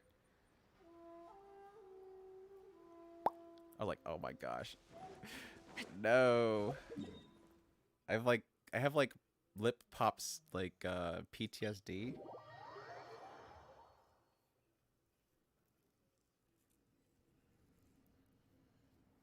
Yeah, I'm already putting together an outline for greatest moments in anime, and it's probably gonna be. See, this is the problem. I love the idea of doing certain videos and concepts for, like even for the podcast. Like, there's certain subjects that I would love to get into. This is totally above me. What am I doing? But the problem that you run into is that not everybody watches things. Oh, Kokoro Connect's so good, dude. Oh my gosh. I'm trying to think of what happened in episode 5. Can you hint? To remind me. But yeah, I really badly want to do a best moments in anime, and it's like really trying to avoid. The question then comes: do you do one that's just full spoilers, or you do something that's like, here's the greatest moments that aren't very spoiler heavy? Like like a moment that I think is not very spoiler heavy, but it's a really incredible moment is the one that we always bring up, which is when supernatural battles became commonplace, when the friend blew up in the kitchen. Not like physically blew up, by the way. Like, she verbally blew up. It's like, to this day, I still think about that being like one of the most incredible moments in like Seiyu history too. But yeah, saying like the last episode of All Know Is Zero is an incredible moment. Let me tell you about it. It's kind of spoilery.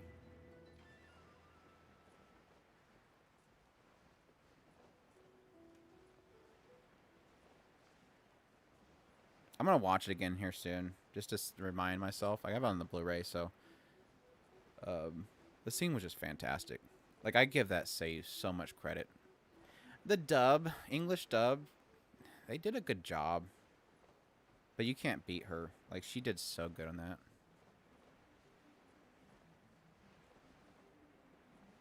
Yeah, I think the best way that I can do that, really honestly, is just to kind of put timestamps. And then if people get to the point where it's talking about a show that they have not seen and they don't want to hear spoilers at all, they can just skip it. Maybe give soft versus heavy spoiler warnings. What else did she do? I know that we probably looked into it recently, but I forgot what else she did.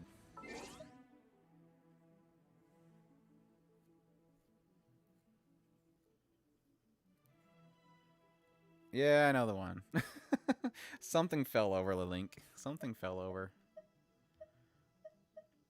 That's like, what's so great is it's like, it's not the context of what happened necessarily in that particular scene. It's just how it was, how they produced it. Like, that was the shot, the ambience, the music, everything was perfect.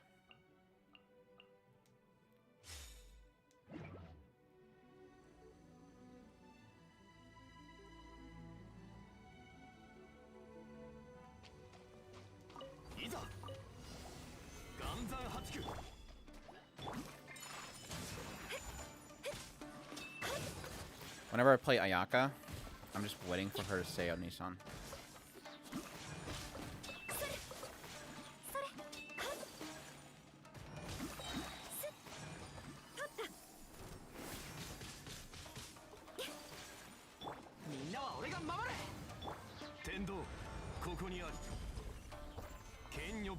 Oh, that was easy.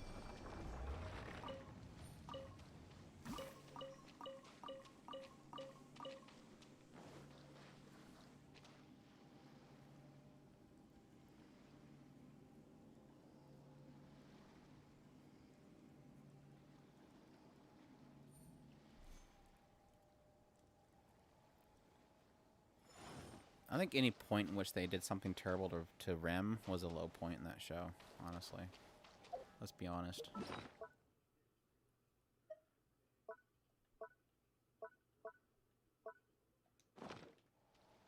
Alright, I'm just gonna exploring. Exploring. I got this whole island here to actually find stuff in now.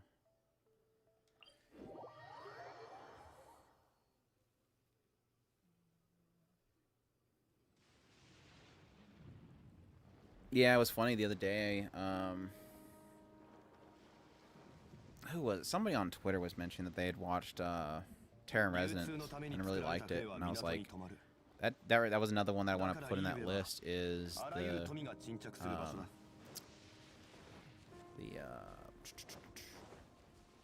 carnival ride scene in Terra in Resonance. It's absolutely like incredibly done. Like, that's another one where it's like music, The scene itself, the tension, everything was perfect.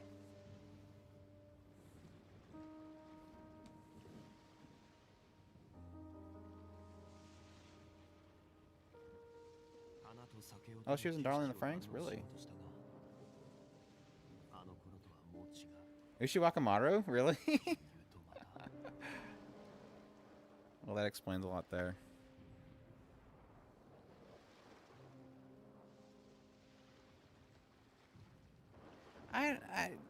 I kind of agree with Link, because I mean, there's certain shows that don't pull off death.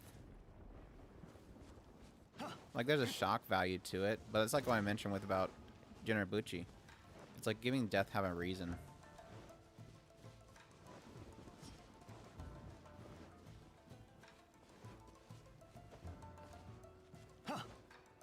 Granted, technically a lot of shows don't like doing death unless it's a death battle game.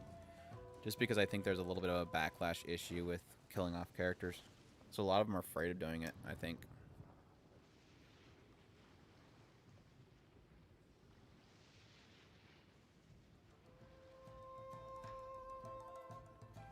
I hate these guys. Leave me alone. I'm already done here anyways. Let's go over here.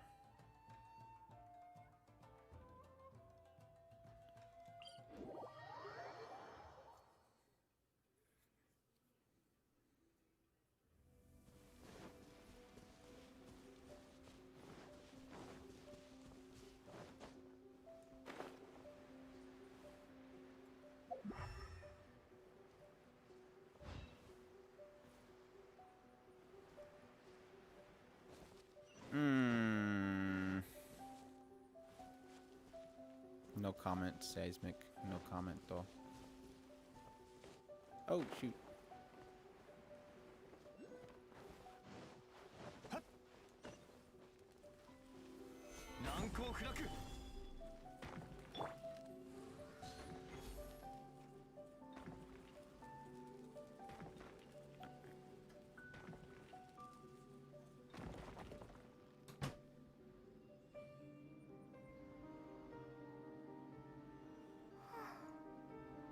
Give me 1 second.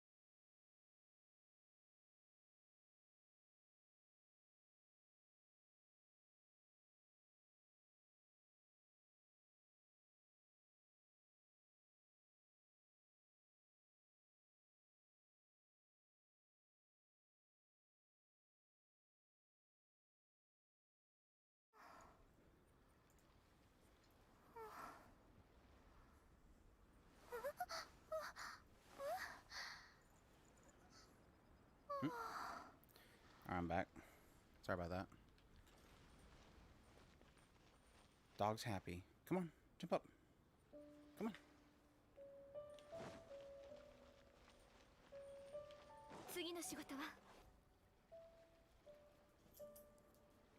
What's up, Carbon?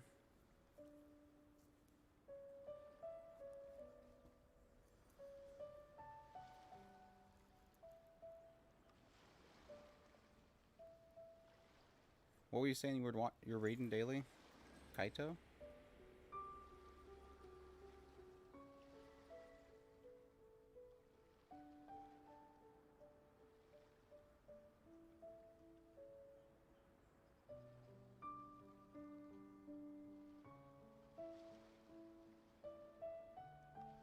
Whatever would happen to Spy X Family? Isn't that one getting an adaptation?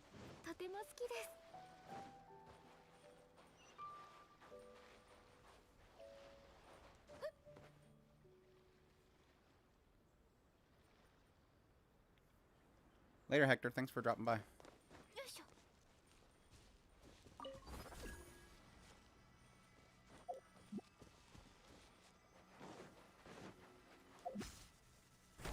My dog used to be in my videos all the time, but my new setup, she's like barely ever there.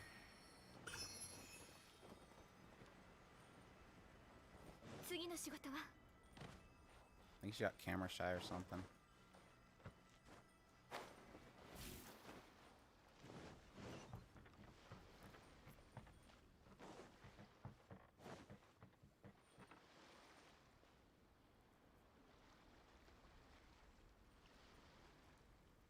It might be like I seem to remember that we had like 2 different announcements based off of it, so I'm not sure.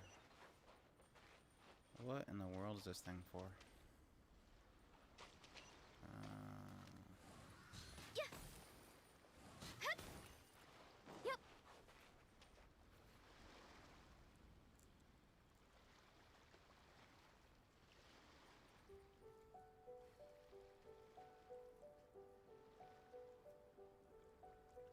Thanks, life.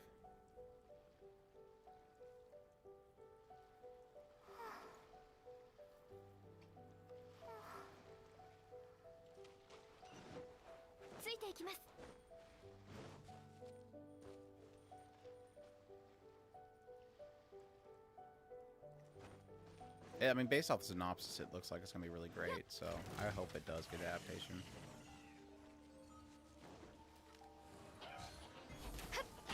Oh, missed. Totally missed. Oh, I backed right into that side.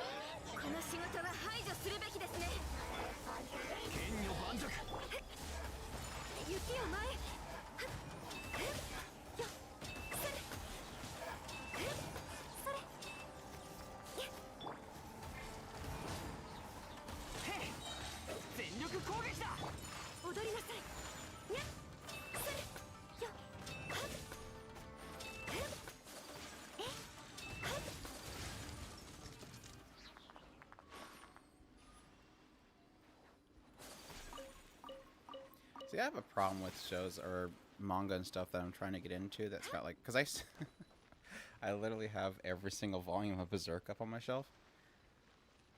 And, like, technically I have a lot of source materials that I've never read that I have the entire thing of. It's just like, I'm not good at pacing myself. What I end up doing is I end up binging until I get tired, and then I stop. It's like, I wish I could pace myself, because I think I'd probably be able to do a lot better if I did pace myself. Like, Spice and Wolf's like my main priority wish that I can get into and finish. I get like 3 volumes in, and then I burn out. Of course, I've never been a good reader. That's why I end up buying the Spice and Wolf manga, and then after I bought the manga, everybody's like, don't do that, don't read the manga.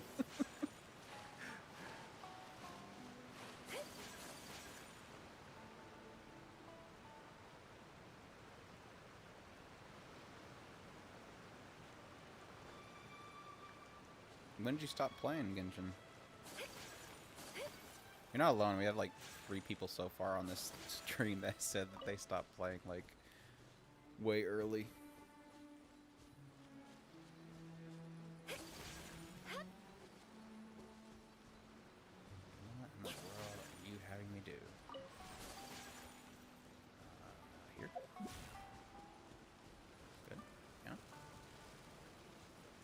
this thing over here.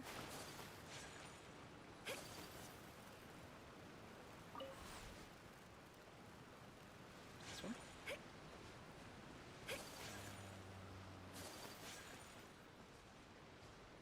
I want to cross this. Stop messing with it. Oh, okay, I see what it wants me to do. So I'll put this here. And then make that go there. No. Here. No.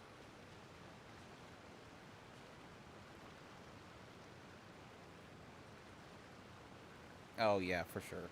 I mean, if you could read, obviously the source material would probably be the best option. But yeah, Spice and Wolf is like, I don't know. I don't want to set expectations because I technically didn't like Spice and Wolf when I first watched it.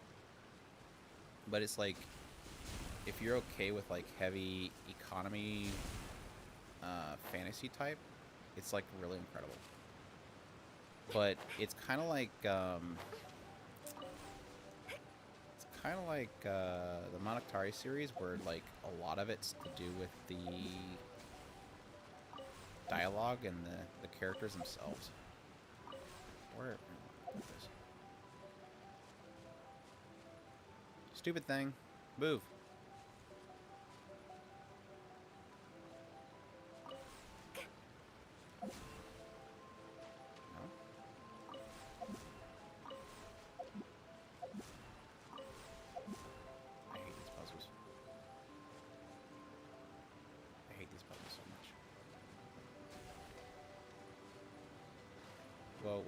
Whoa, stop. I don't know how that happened. I didn't mean like that. I meant like if you like reading, definitely do the light novel, because the anime is literally not finished, and it will probably never.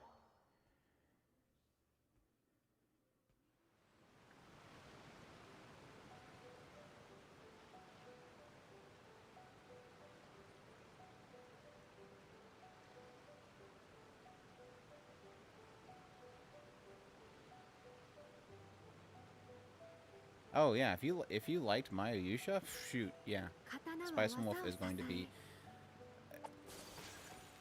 not to be mean, but like Mayuyusha felt like a cheap version of Spice and Wolf. Not to say they're not both good shows, but they're basically the same concept.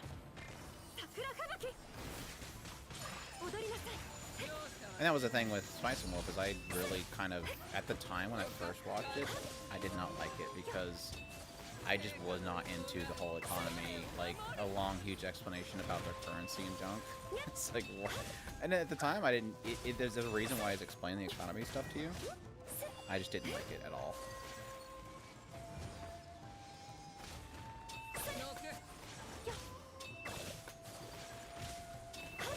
But yeah, like, just from what I've read of the light novel of Spice and Wolf, the thing I'm already noticing is there's so much in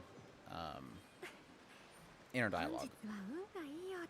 Like, the inner dialogue of, I'm forgetting what his name is, Lawrence? Is it Lawrence, I think? The inner dialogue of him is, like, not even covered in the anime. And there's so much happening in his head.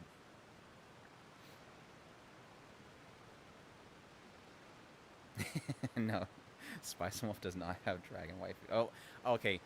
From what I've watched and read of Spice and Wolf, there is no dragon waifus. It could be later, but there's plenty of wolf waifus. Oh, one that I know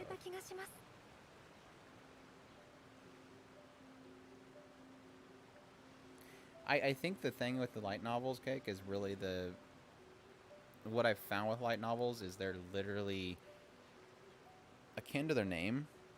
They're very light on description. Books or novels and stuff are usually really heavy on description, whereas I think light novels are light on description, hence the name. They're easy to consume, but that could be to his detriment, I guess.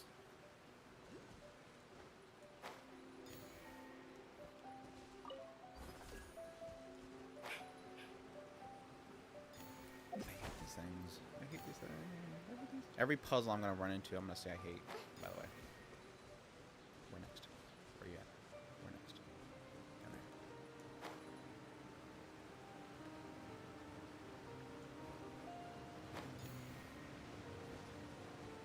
But no, I literally have on my shelf to still... oh my gosh, that thing just disappeared. On my shelf that I still have to read for light novels. Spice and Wolf. Grimgar. I ran out of stamina. ReZero. I think that's it. No, don't you dare. What are you doing, girl? Climb. No. No. Oh, crap.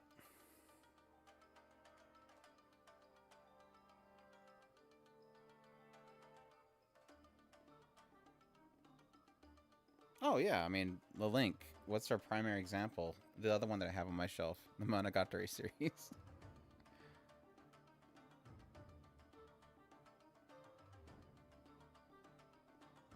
I think that's my problem, Cake, is I don't find I have a good imagination anymore. I'll just go with what they used to say whenever they were trying to get parents to get children to stop playing video games, that it ruins your imagination. So I play too many video games and it probably ruined my imagination. No, I haven't started reading them yet, Yahoo. I have them, but I haven't read them. I bought them when I didn't think they were going to make a second season, and they made a second season, so I just waited for the second season. I really want to start reading Grimgar, though. I love the series so much that I really want to get into the light novel. But every time I go to read Grimgar, I read more Spice and Wolf.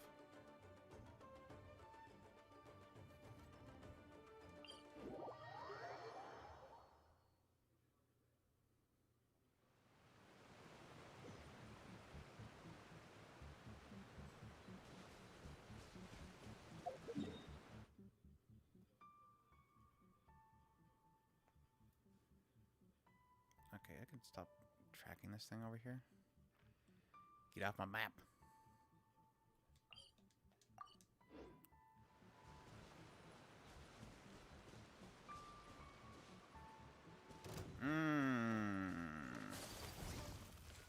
When I was a kid, green was my favorite color. But I actually had a secret favorite color that I never told anybody because it was my brother's favorite color. And that was blue. So, I always liked blue, but I always had to go green because my brother liked blue.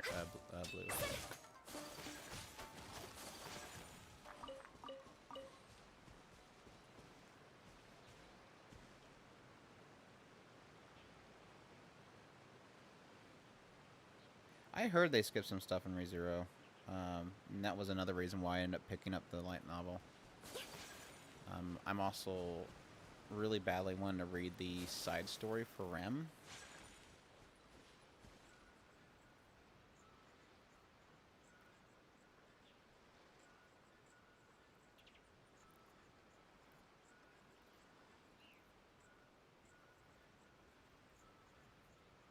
I think that's the case, the Link. I really do think that's what I think a lot of people have a problem with, and maybe it's what I actually have a problem with, is I don't think they really do try to get very detailed with light novels.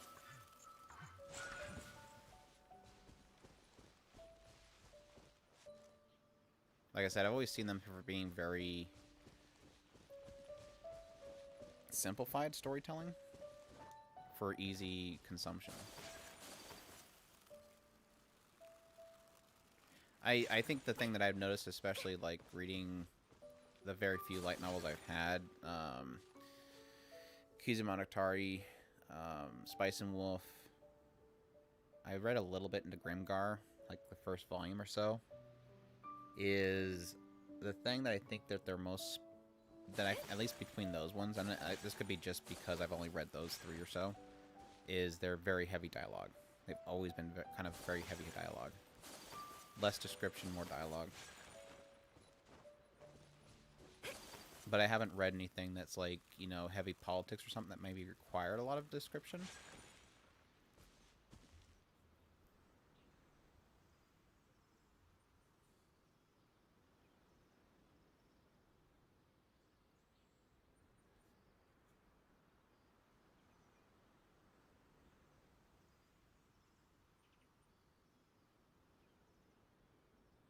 And I think that's probably why I'm so afraid of getting into it, Yahoo.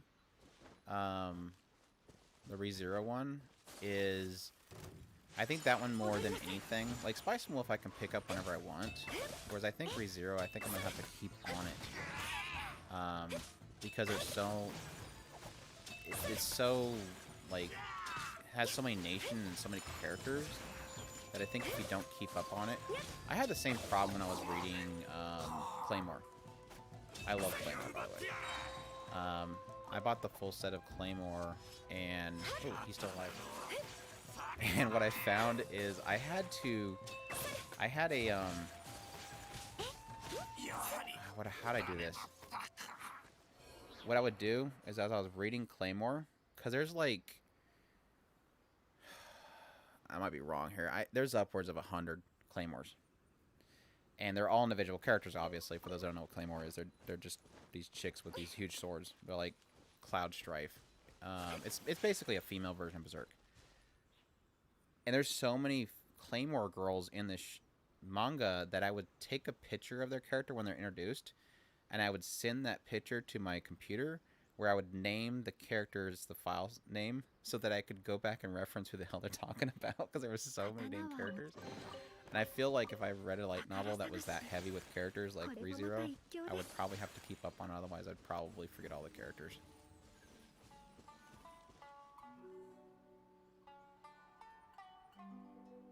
Yeah, and I have most of the side stories for ReZero too.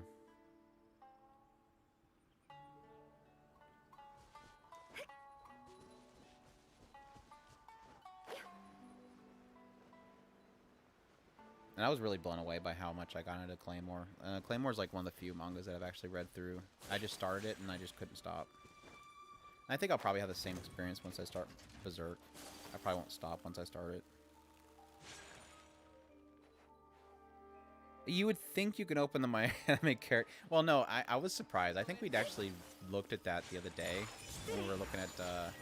we did that podcast on the anime lists and databases, and I was actually very surprised how many of the characters they had for Claymore in there. Seriously, I'm totally just not doing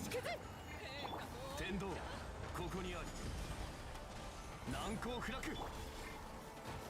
Yeah, my assumption when I was reading the Claymore was that there was going to be none of the characters listed in my anime list.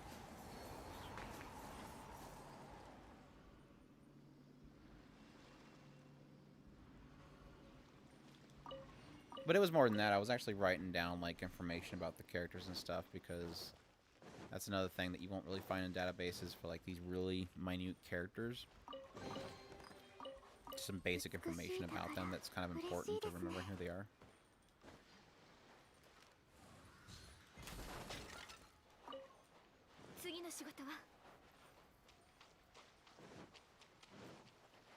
So do you use AniList, Link?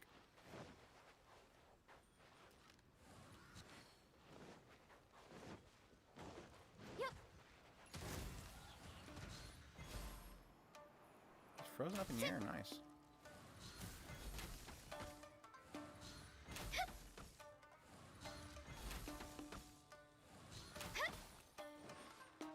I thought he was gonna shoot me.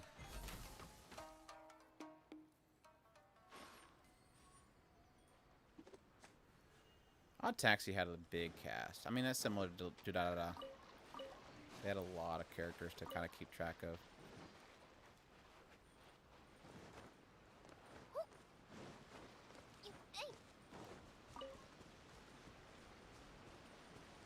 Let me try this stupid puzzle again.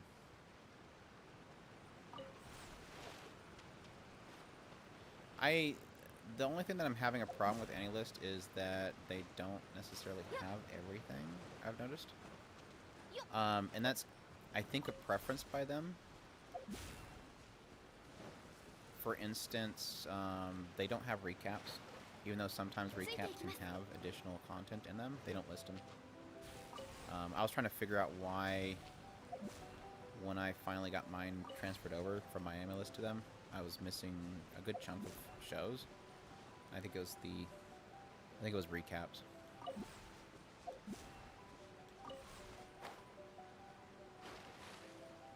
which is no biggie. I mean, if I don't have recaps in there, it's not a big deal. It's not necessarily that I want to gloat over the fact that I've watched a recap episode. Like, my total watched anime does not need to include recaps. Am I just supposed to touch this thing? Come here. Electrify me. I'm gonna fall again, aren't I? And give it up.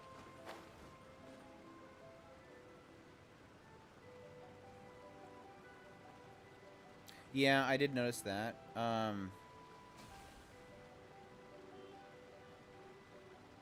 That was one show I can't remember because there is some cases where they have deemed certain things not anime, and that's always kind of a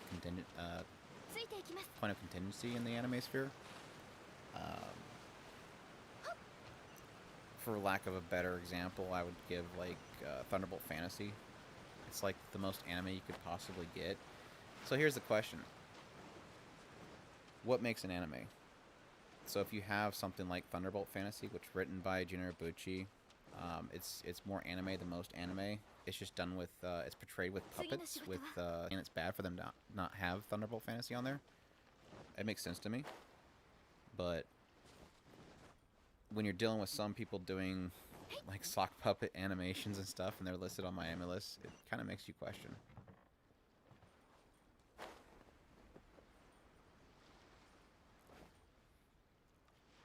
Oh yeah, definitely go watch Shirobako. That's like incredible.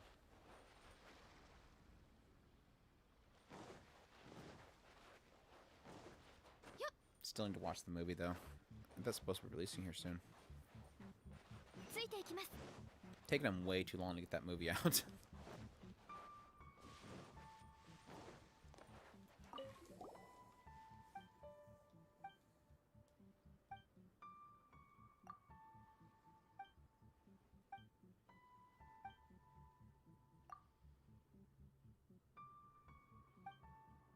Yeah, that's true.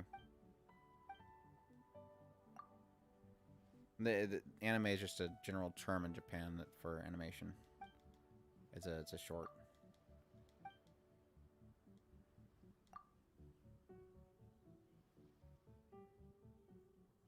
Oh yeah, I've loved AniList so far. Their app's so much better. I just wish their iPad version of their app, well, at least the app that I've got that ties into it, was a little bit easier to add episodes rather than having to go into it and add an episode. But the phone's really good because all I gotta do is swipe and I add an episode. And with many shows that I watch this season, I kind of have to keep track of what's been aired or not.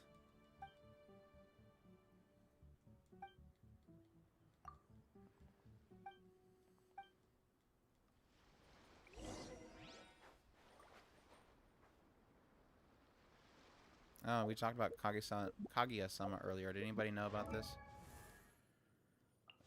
Let's see. Where's she at?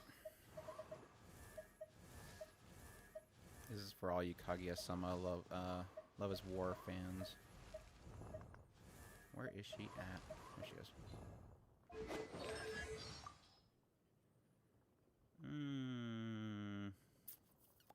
Which one was it?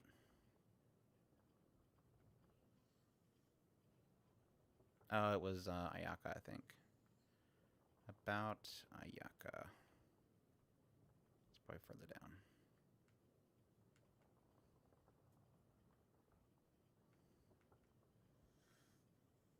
I think I passed it up. I think I did.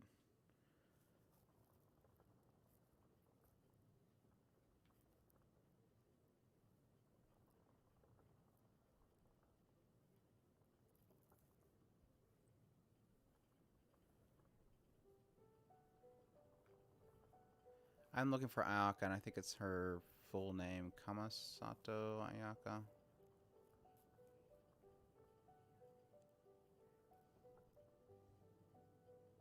There she is. Okay. Is it this one? No, this one. There it is. 器一つ一つに高貴なオーラが漂ってるよな。なんか急にパイモンが綾香の真似をしてるところが見たくなってきた。よし、じゃあやってみるぞ。おや、丁寧にキノコを取ってきたのは私のために鶏肉と野生キノコの串焼きを作るためだったのですね。おかわいいこと。全然綾香じゃない。でもなんか明らかにパイモンじゃないのに、 You guys can even hear that. それが当たり前であるかのような感覚は一体。Kawaii koto. Paimon is the same Seiyu, by the way. I didn't mention that. As Kaguya-sama.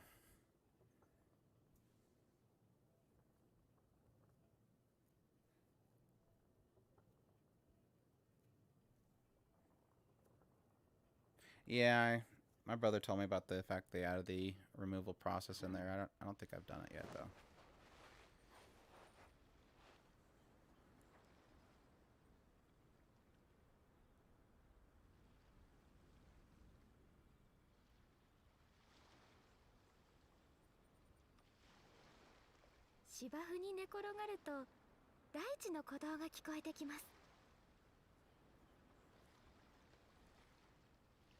I haven't looked too much into the author yet.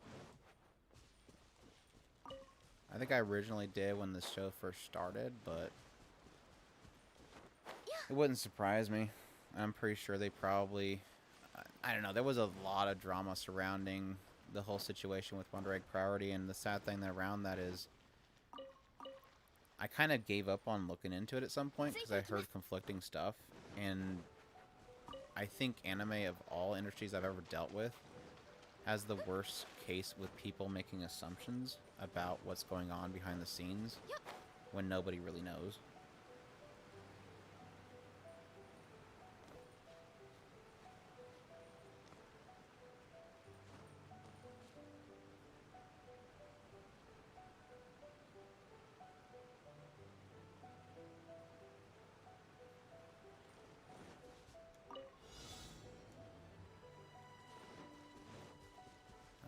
Where is my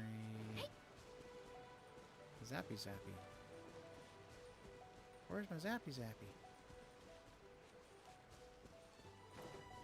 Oh.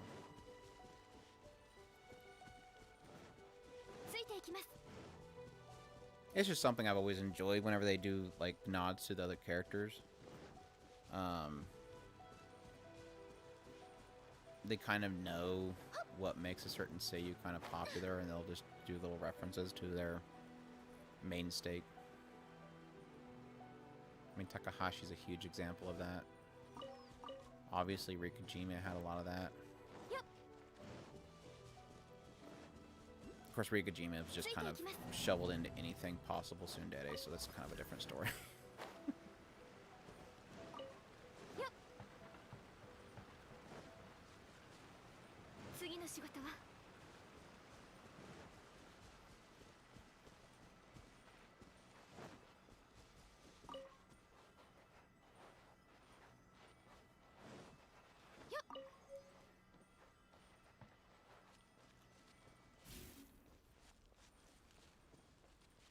Oh, look, they have little worms.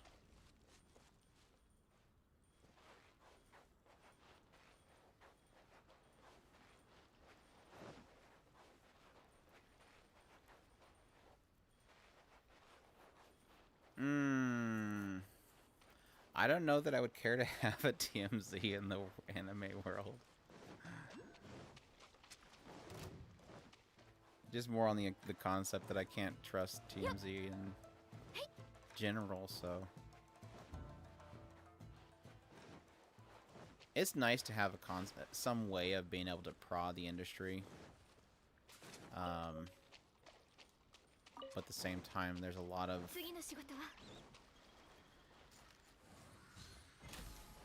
Humans aren't very truthful creatures. So half the time, most things are just one side of a story. I like being blissfully ignorant sometimes.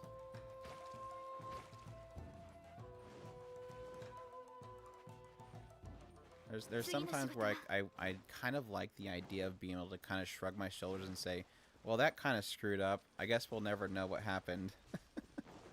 Rather than having to constantly make videos saying, hey, did you hear that Hayao Miyazaki and Jin Ibuchi started fist fighting in the back office? Yeah, according to Jin Ibuchi, he won.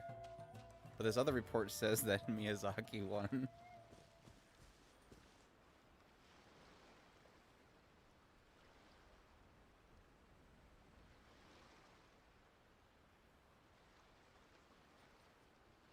Oh, I'm fine with the English dub on this game. I just prefer the Japanese because it just has so many seiyus that I love. And that's really all it is.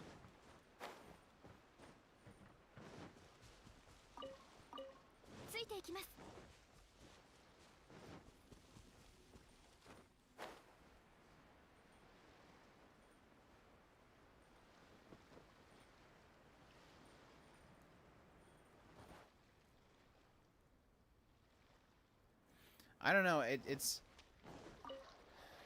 I think something like that can exist in the anime industry. Somebody that can actually, an industry group that can actually prod to get information about what happens. But at the same time, it's one of those things where I'd feel it'd be too anonymous. Because, like I've mentioned before, I think Japan's just too kind of... Their culture is kind of built around the idea of not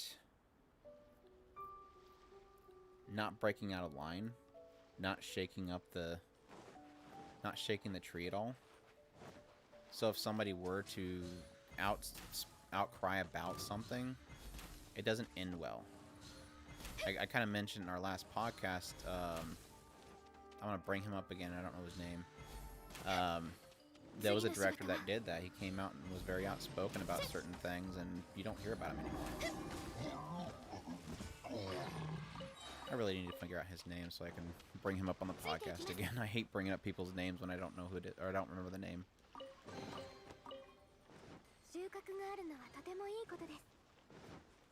We talked about him, like, I think 2 years ago, because he went on a huge tirade. And I don't blame people for not working with somebody that's that outspoken. It's just kind of... We sensationalize it in the West, whereas Japan, thankfully, doesn't. And it's kind of a good thing.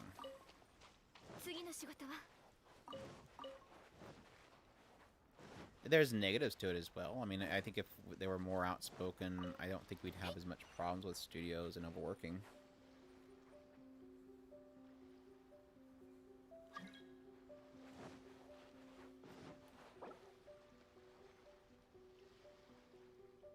Trying to invade my game.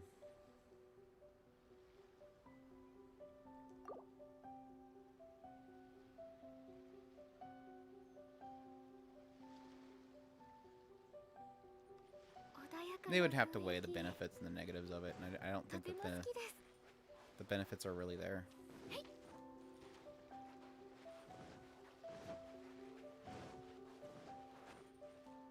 I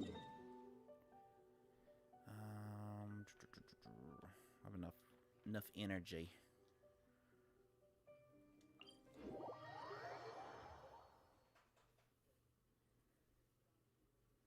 But at the same time, there's been so many times where, yeah, something crazy happens. Like, let's just go for a current example. Let me think.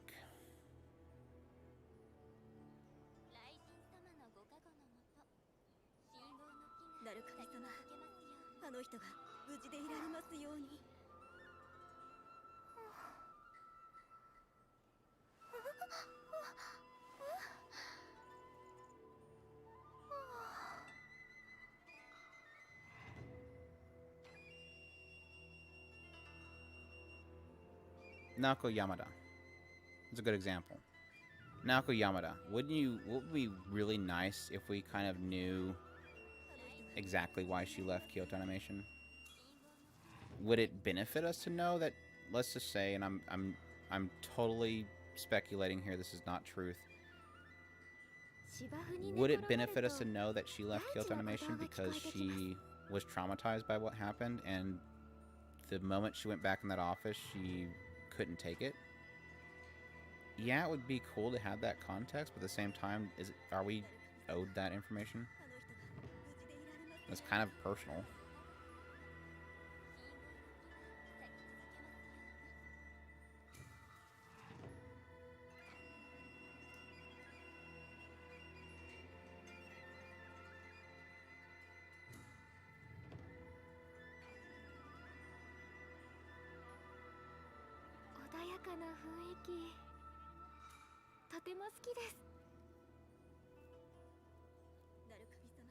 Yeah, I agree with that take, Lilink. I think some people like to down talk on Japan. They like to speak down on Japan, claiming that they are not, forward thinking enough. They're not to today's normal for a lot of other countries. But at the same time, I would make the argument that there's a lot of things that are normal for the Western world that I wish weren't. Like, I give them credit for staying back there because it's not as if things are better in certain ways that we think about things. So, I don't know.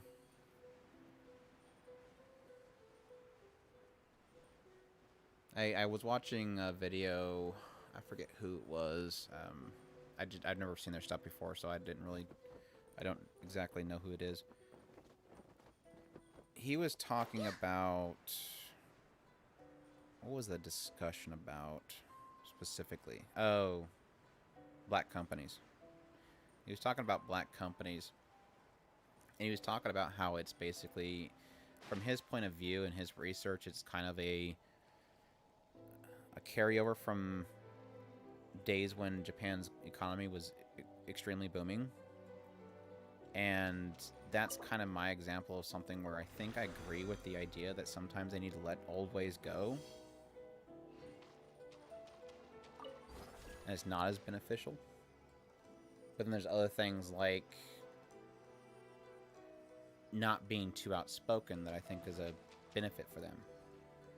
If I think a lot of companies in the West would be less outspoken as Japan was, I think we'd be a lot better off.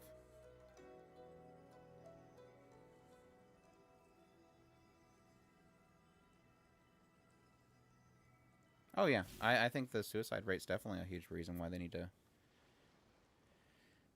And the problem is that I think it's one of those aspects where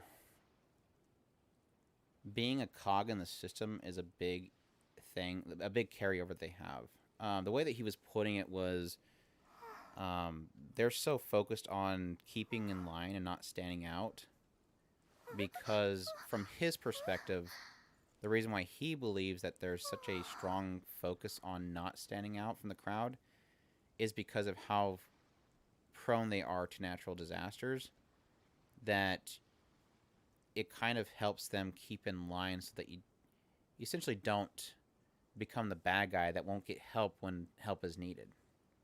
It's a very weird take that he had, but it kind of made sense.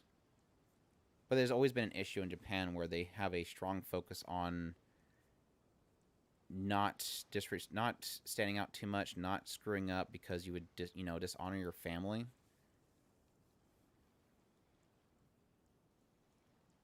And the suicide and the issues with mental health and stuff like that is a huge problem just because there's so much a focus on that. Not your family not letting anybody know that you have an issue because it would make them look bad.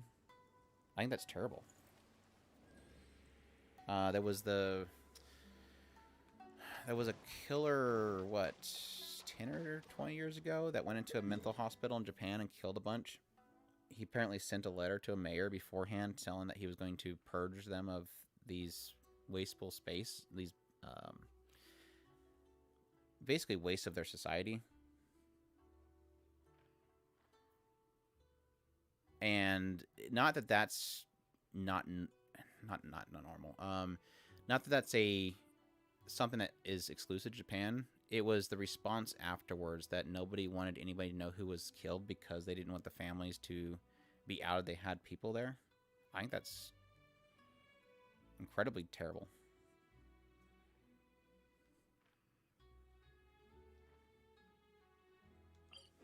I mean, that hurts me even more having somebody in my family that died from dementia, and I know that's probably what half of those people there had.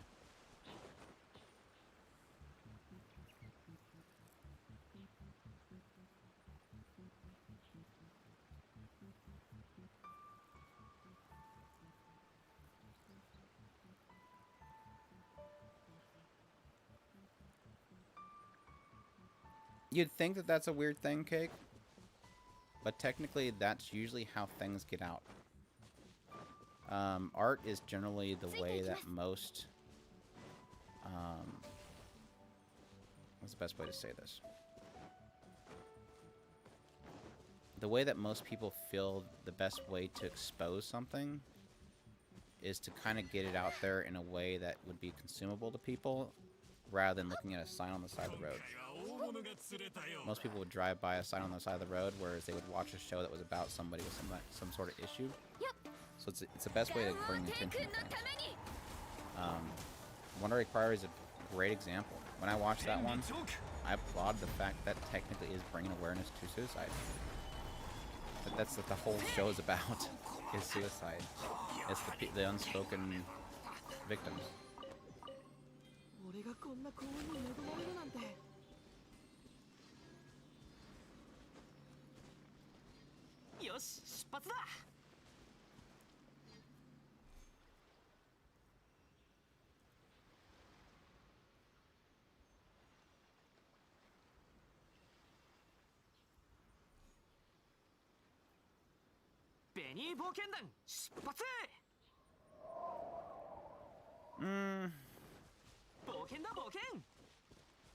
What would be an example of that, Link? Identifying that you have an issue with depression by seeing a character with depression, like, say, March Comes Like a Lion. I can agree with that. But at the same time, I'm always afraid of suggesting things like that, based on that. Like when I watched March Comes In Like a Lion, one of my biggest statements that I made when we were talking about that show is that I think it's one of those shows where if you are yourself in a depressive state, it might help you, but it might not.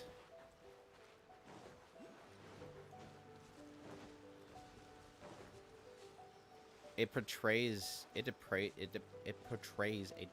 depressive state so well that I don't know if that's something dangerous for somebody that's in a dark state would be willing to watch.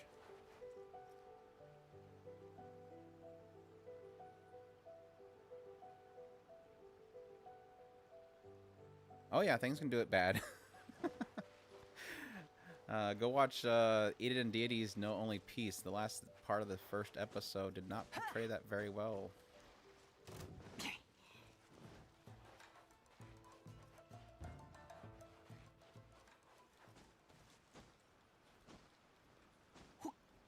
I don't know. I haven't had too many moments in my life where I've been, specifically about depression. I haven't had too many parts, and, I'm thankful of it, by the way. I'm not gloating on it. I haven't had too many points in my life where I've been severely depressed, so it's hard for me to know when something's not done right. In that sense. I think probably I could say a show that fixes it too easy would probably be a bad way of doing it.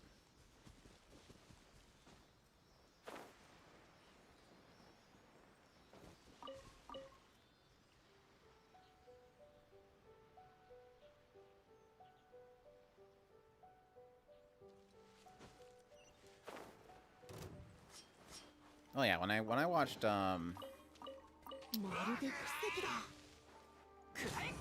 I watched, oh my gosh, I can't think of show names while I'm chatting.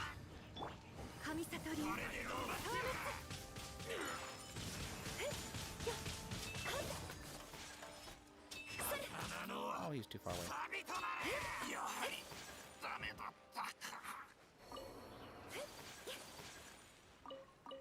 it's very difficult for me to watch shows where characters have memory issues. To Your Eternity, when I watched that, at the very end of it, there was a character that started losing their personal self because they got old and suffering dementia. And with a father that had died from dementia, not less than 2 years ago, it's very, very hard to watch. So I can imagine somebody that has deep depression to possibly, again, if it's done right to a positive extent, I guess there's something, a positive nature they can get out of it, but at the same time, it's also something I can see being very difficult. That's like a show that's dealing with suicide. You really wouldn't want somebody that's contemplating it to watch that because they might not get to that punchline where it becomes positive. In order for you to portray somebody dealing with thoughts of this terrible thing, you have to see that build up to the punchline, and the punchline might be a good thing. It might be a point where the character realizes, no, I have tons of things to live for, but can they get to that point and it not affect them?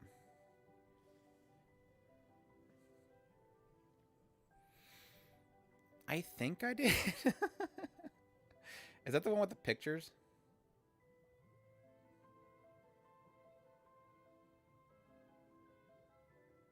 I might be thinking of something different.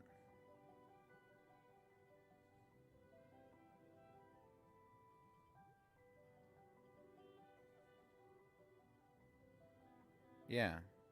I don't remember anything about it, but yeah, I think I did watch it. So I probably can't relate to what you're gonna say. Across here. Why is it pick and choose when that works? I hate this stupid tether thingy. I should have just shot him.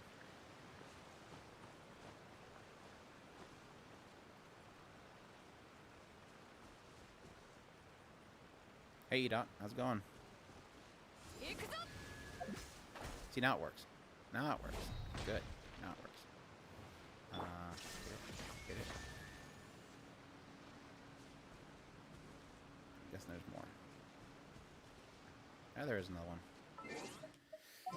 Official it is.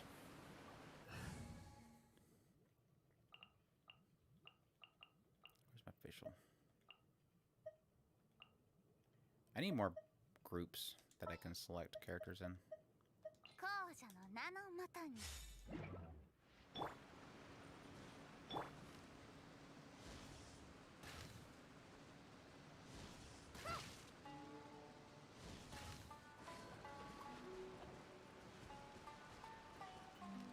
Why are you the only one that's not lit up?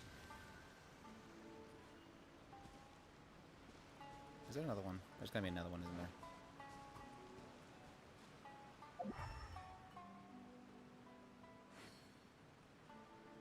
Oh, sorry.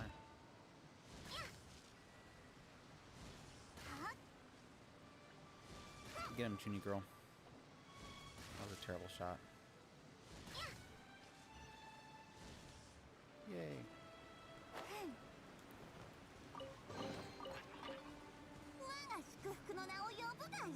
Of course, now I'm just reminded that we don't have another season of March Comes Like a Lion. That's another one that really badly needs another season. Such a good show.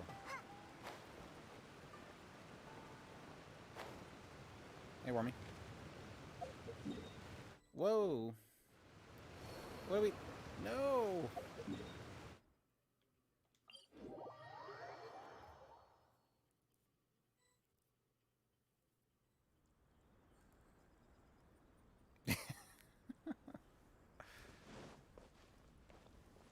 Sometimes it works, Seismic. Sometimes it works. Sometimes they don't go by those dates.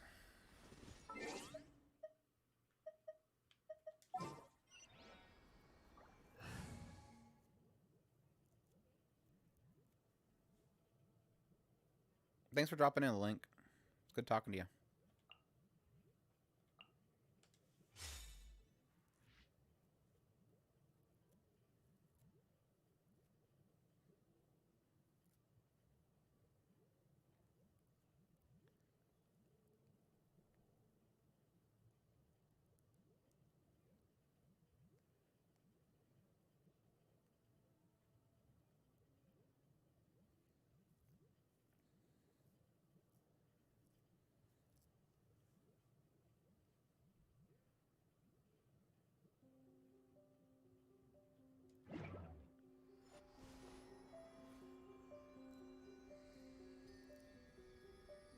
I can see that elaborate. And that's the thing. It's like whenever,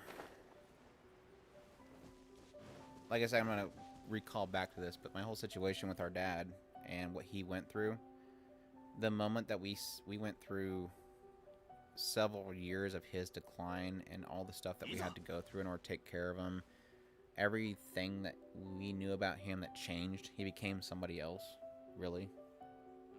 Every time I see anything, even if I see a video of somebody that's on drugs, they're not obviously in their right mental state, it's hard to watch.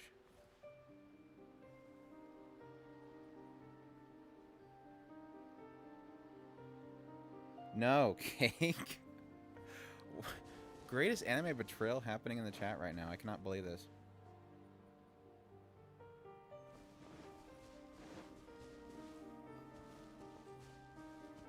But even still, just like any kind of betrayal of mental issues. That's like I said with, what was the show in winter with the goddess girl?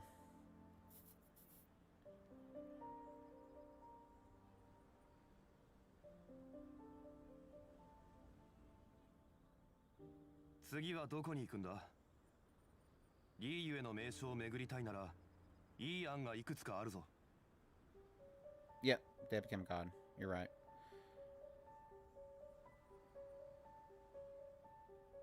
The reason why I like that show so much is it didn't sugarcoat it. Having a character that basically loses themselves and doesn't sugarcoat it. Not that I would have been angry if they had a happy ending to it. It was very bittersweet. And I connected to it more because there wasn't an easy fix there. And me going through what I was going through at the time, I accepted it more because I understood that there's not always a fix for things. It's not always Hollywood where, you know, it always has a happy ending. Sometimes it's just being there is all that's important. What is going on over here? What are you doing? Dumping my money everywhere.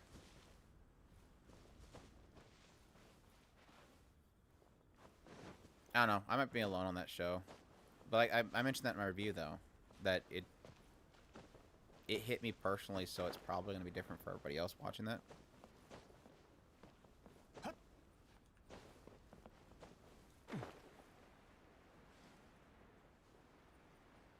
But, I mean, the comments that I got in that review were positive, so I guess most people got the similar effect from it.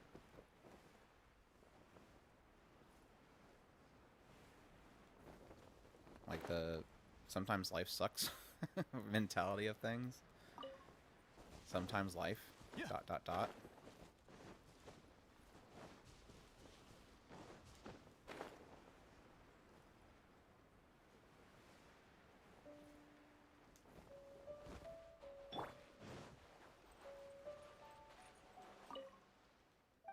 Oh, crap.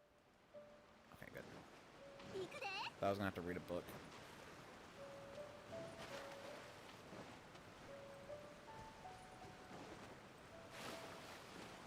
I'm gonna drown. I'm gonna drown. No, evacuation!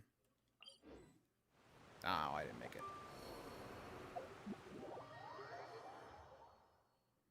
I just killed Gren Chisaka. She didn't die. Oh, I thought I died. I don't drown often. I don't know what happens when you drown. I just figured your character died.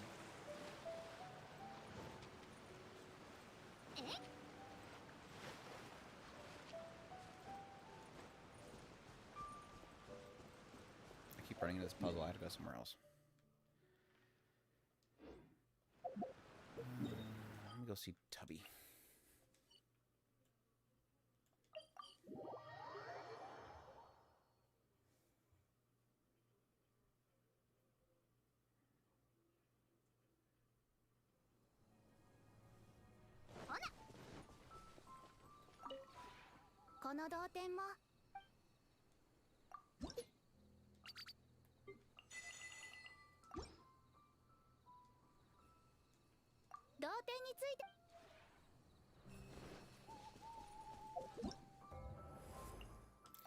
I guess I'll go do some of these.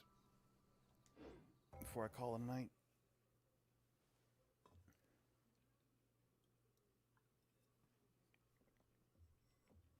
I felt like I had so much extra time today because I didn't have To Your Eternity to watch. That show ended so early this season, it's not funny. We got other shows that like still have like what, 4 episodes left?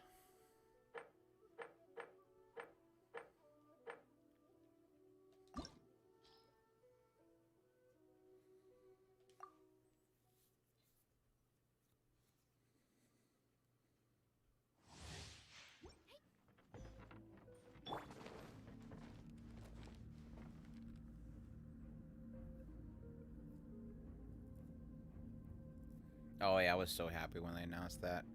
And I think that what was so crazy about that being announced is just mainly on the idea that I wasn't happy with the last arc. I mean, the last episode was great, but that last arc was just, in my opinion, just for me. So I was really happy to see that they're going to continue it. And thankfully the last episode gave me hope for what was coming up. I don't know if my theories are going to come true, but I hope so.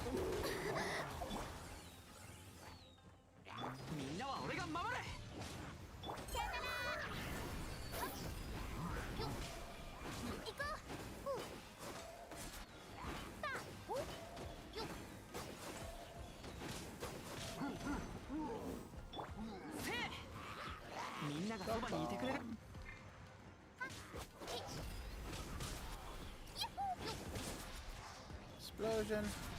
Explosion! No, I switch. I keep forgetting how to switch on this stupid thing. You're only allowed to play a certain character so long before your damage drops, and you have to switch to your next team.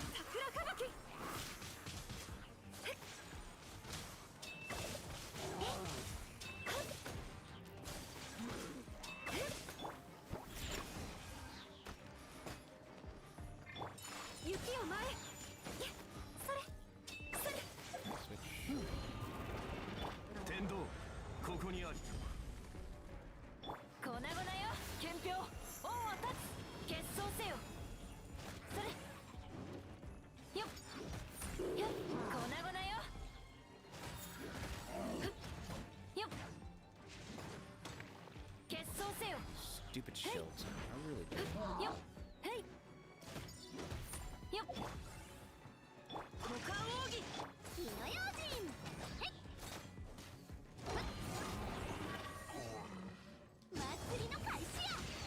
I'm gonna do such a terrible score on this one, I know it. Just because I hate shields.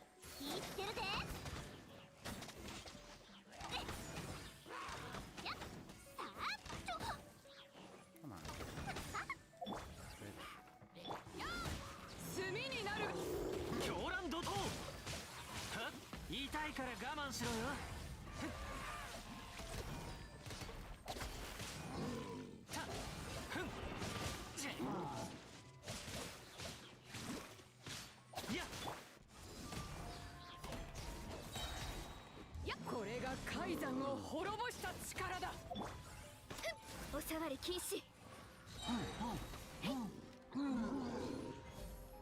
Oh, you almost got me. Toro, Toro.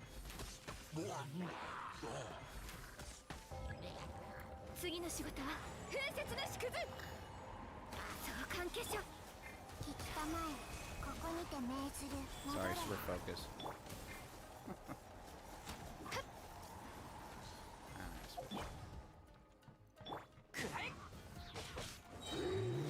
Oh, nice. These things.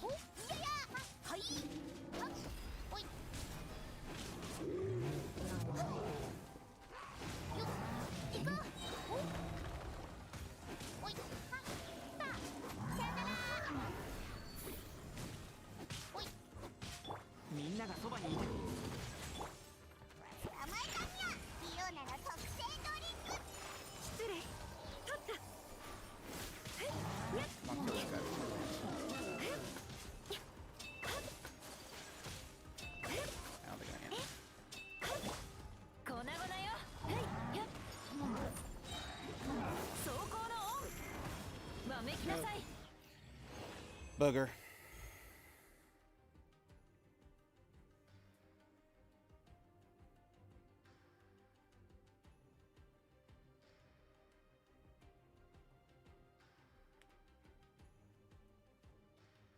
Well, I fit time in for my covering that many shows is because it's my job, so I don't really I designate my time to it pretty much, so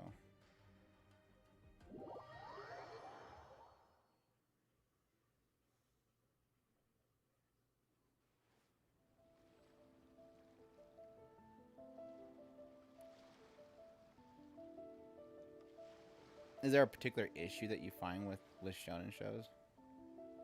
I mean, they're very shonens typically have a very similar formula. I mean, it's the whole get stronger, go on long journey, one single overlying plot line that you drag out for 500 episodes. I just think like the recent shonens are doing a lot better, so I think that's the only reason I stick with shonens anymore is because the new generation of shonen seem to be doing more than the usual recipe. To steal your term there. Like Jujutsu Kaisen, just yeah, it's a similar formula, but it feels very Naruto. But it's got certain aspects to it I think are kind of refreshing. I'm getting tired. I'm kind of getting tired of Hero Academia, honestly. I still enjoy it, but it's lost a lot of its flavor for me.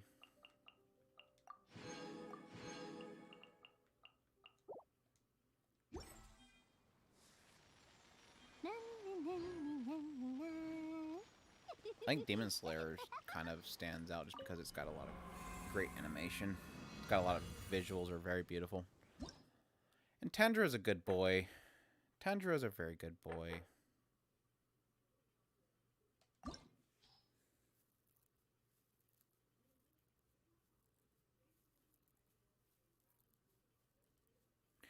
Well, I would disagree there, Cake. As me personally, for watching something like Jujutsu Kaisen or something, doesn't really rely on me having my history watching Dragon Ball. Because I think they're kind of just two different things. Like, when I watch Jujutsu Kaisen, I don't think, oh gosh, man, this is nostalgic for Dragon Ball.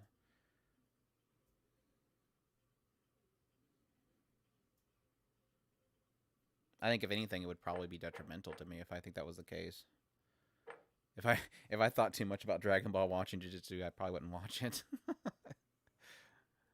I had troubles getting back into Dragon Ball Super.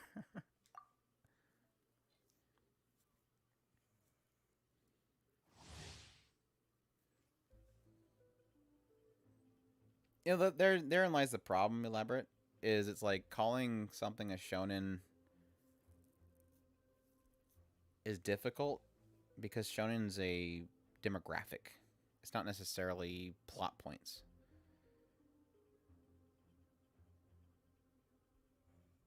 Like they're shonen because they're aimed towards boys, young adults, but it's a spectrum of different things.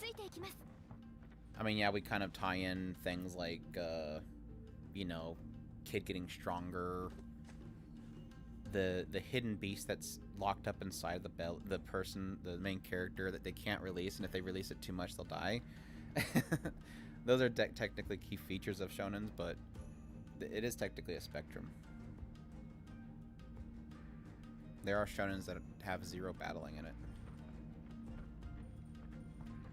I think that's probably just more of a Western label, if anything.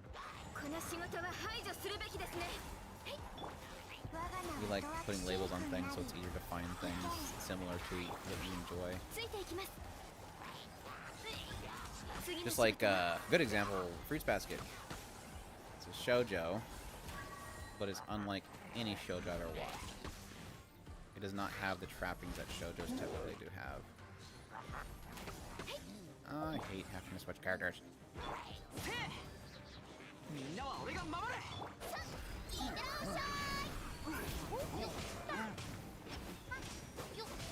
Yeah, sports is a good example.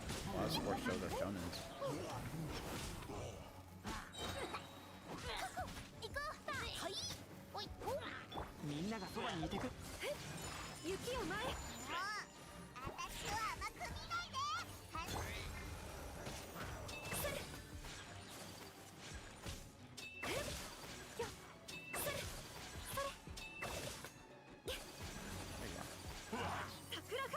No, you are... Okay. I thought she was shooting at the wrong way. I was getting mad.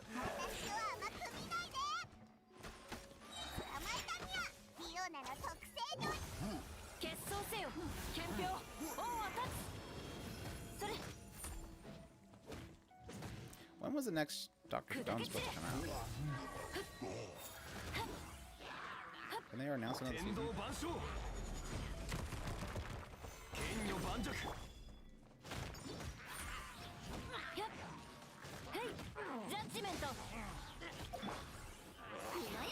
Oh, that was fun.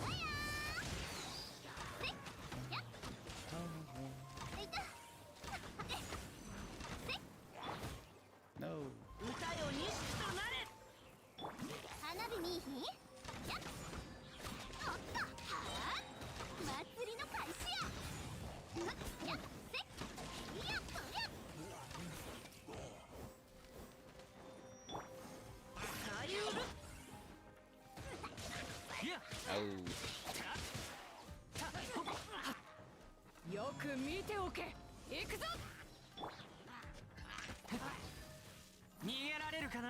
I forgot to change his weapon. I just realized that.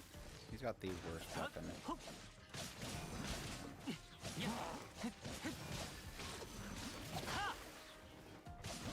I didn't think that would hit me.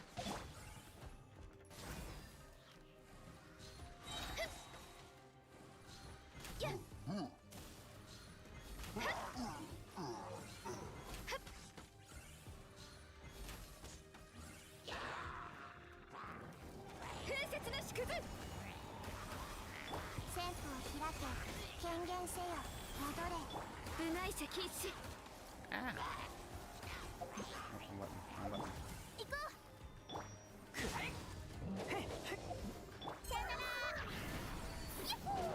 Oh, big guy.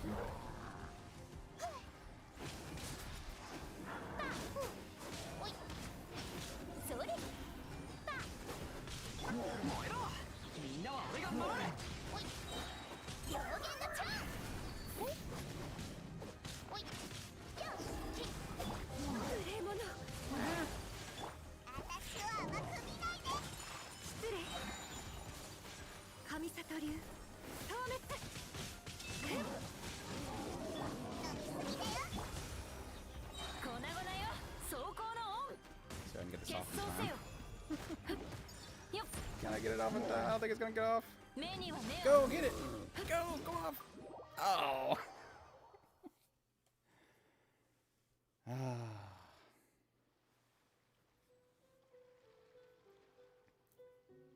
Does nobody know if Dr. Stone's coming back?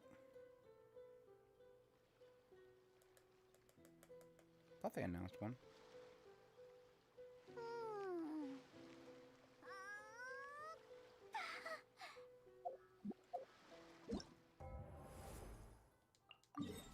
Oh shoot, go back. Wrong button.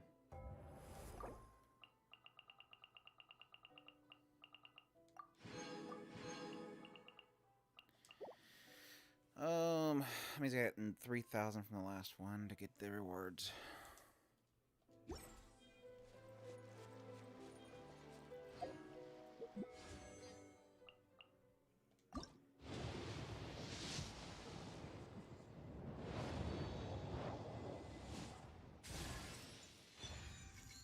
Stringless.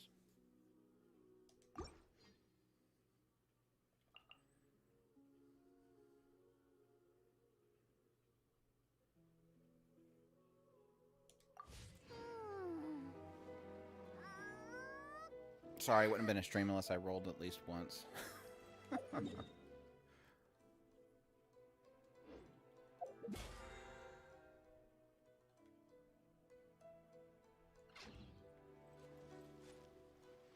Alright guys, I think I'm going to call it from there. I appreciate you guys popping on here and chatting with me. Like I said, I'm going to try to figure out some sort of regular schedule, do some streamings, chat and everything.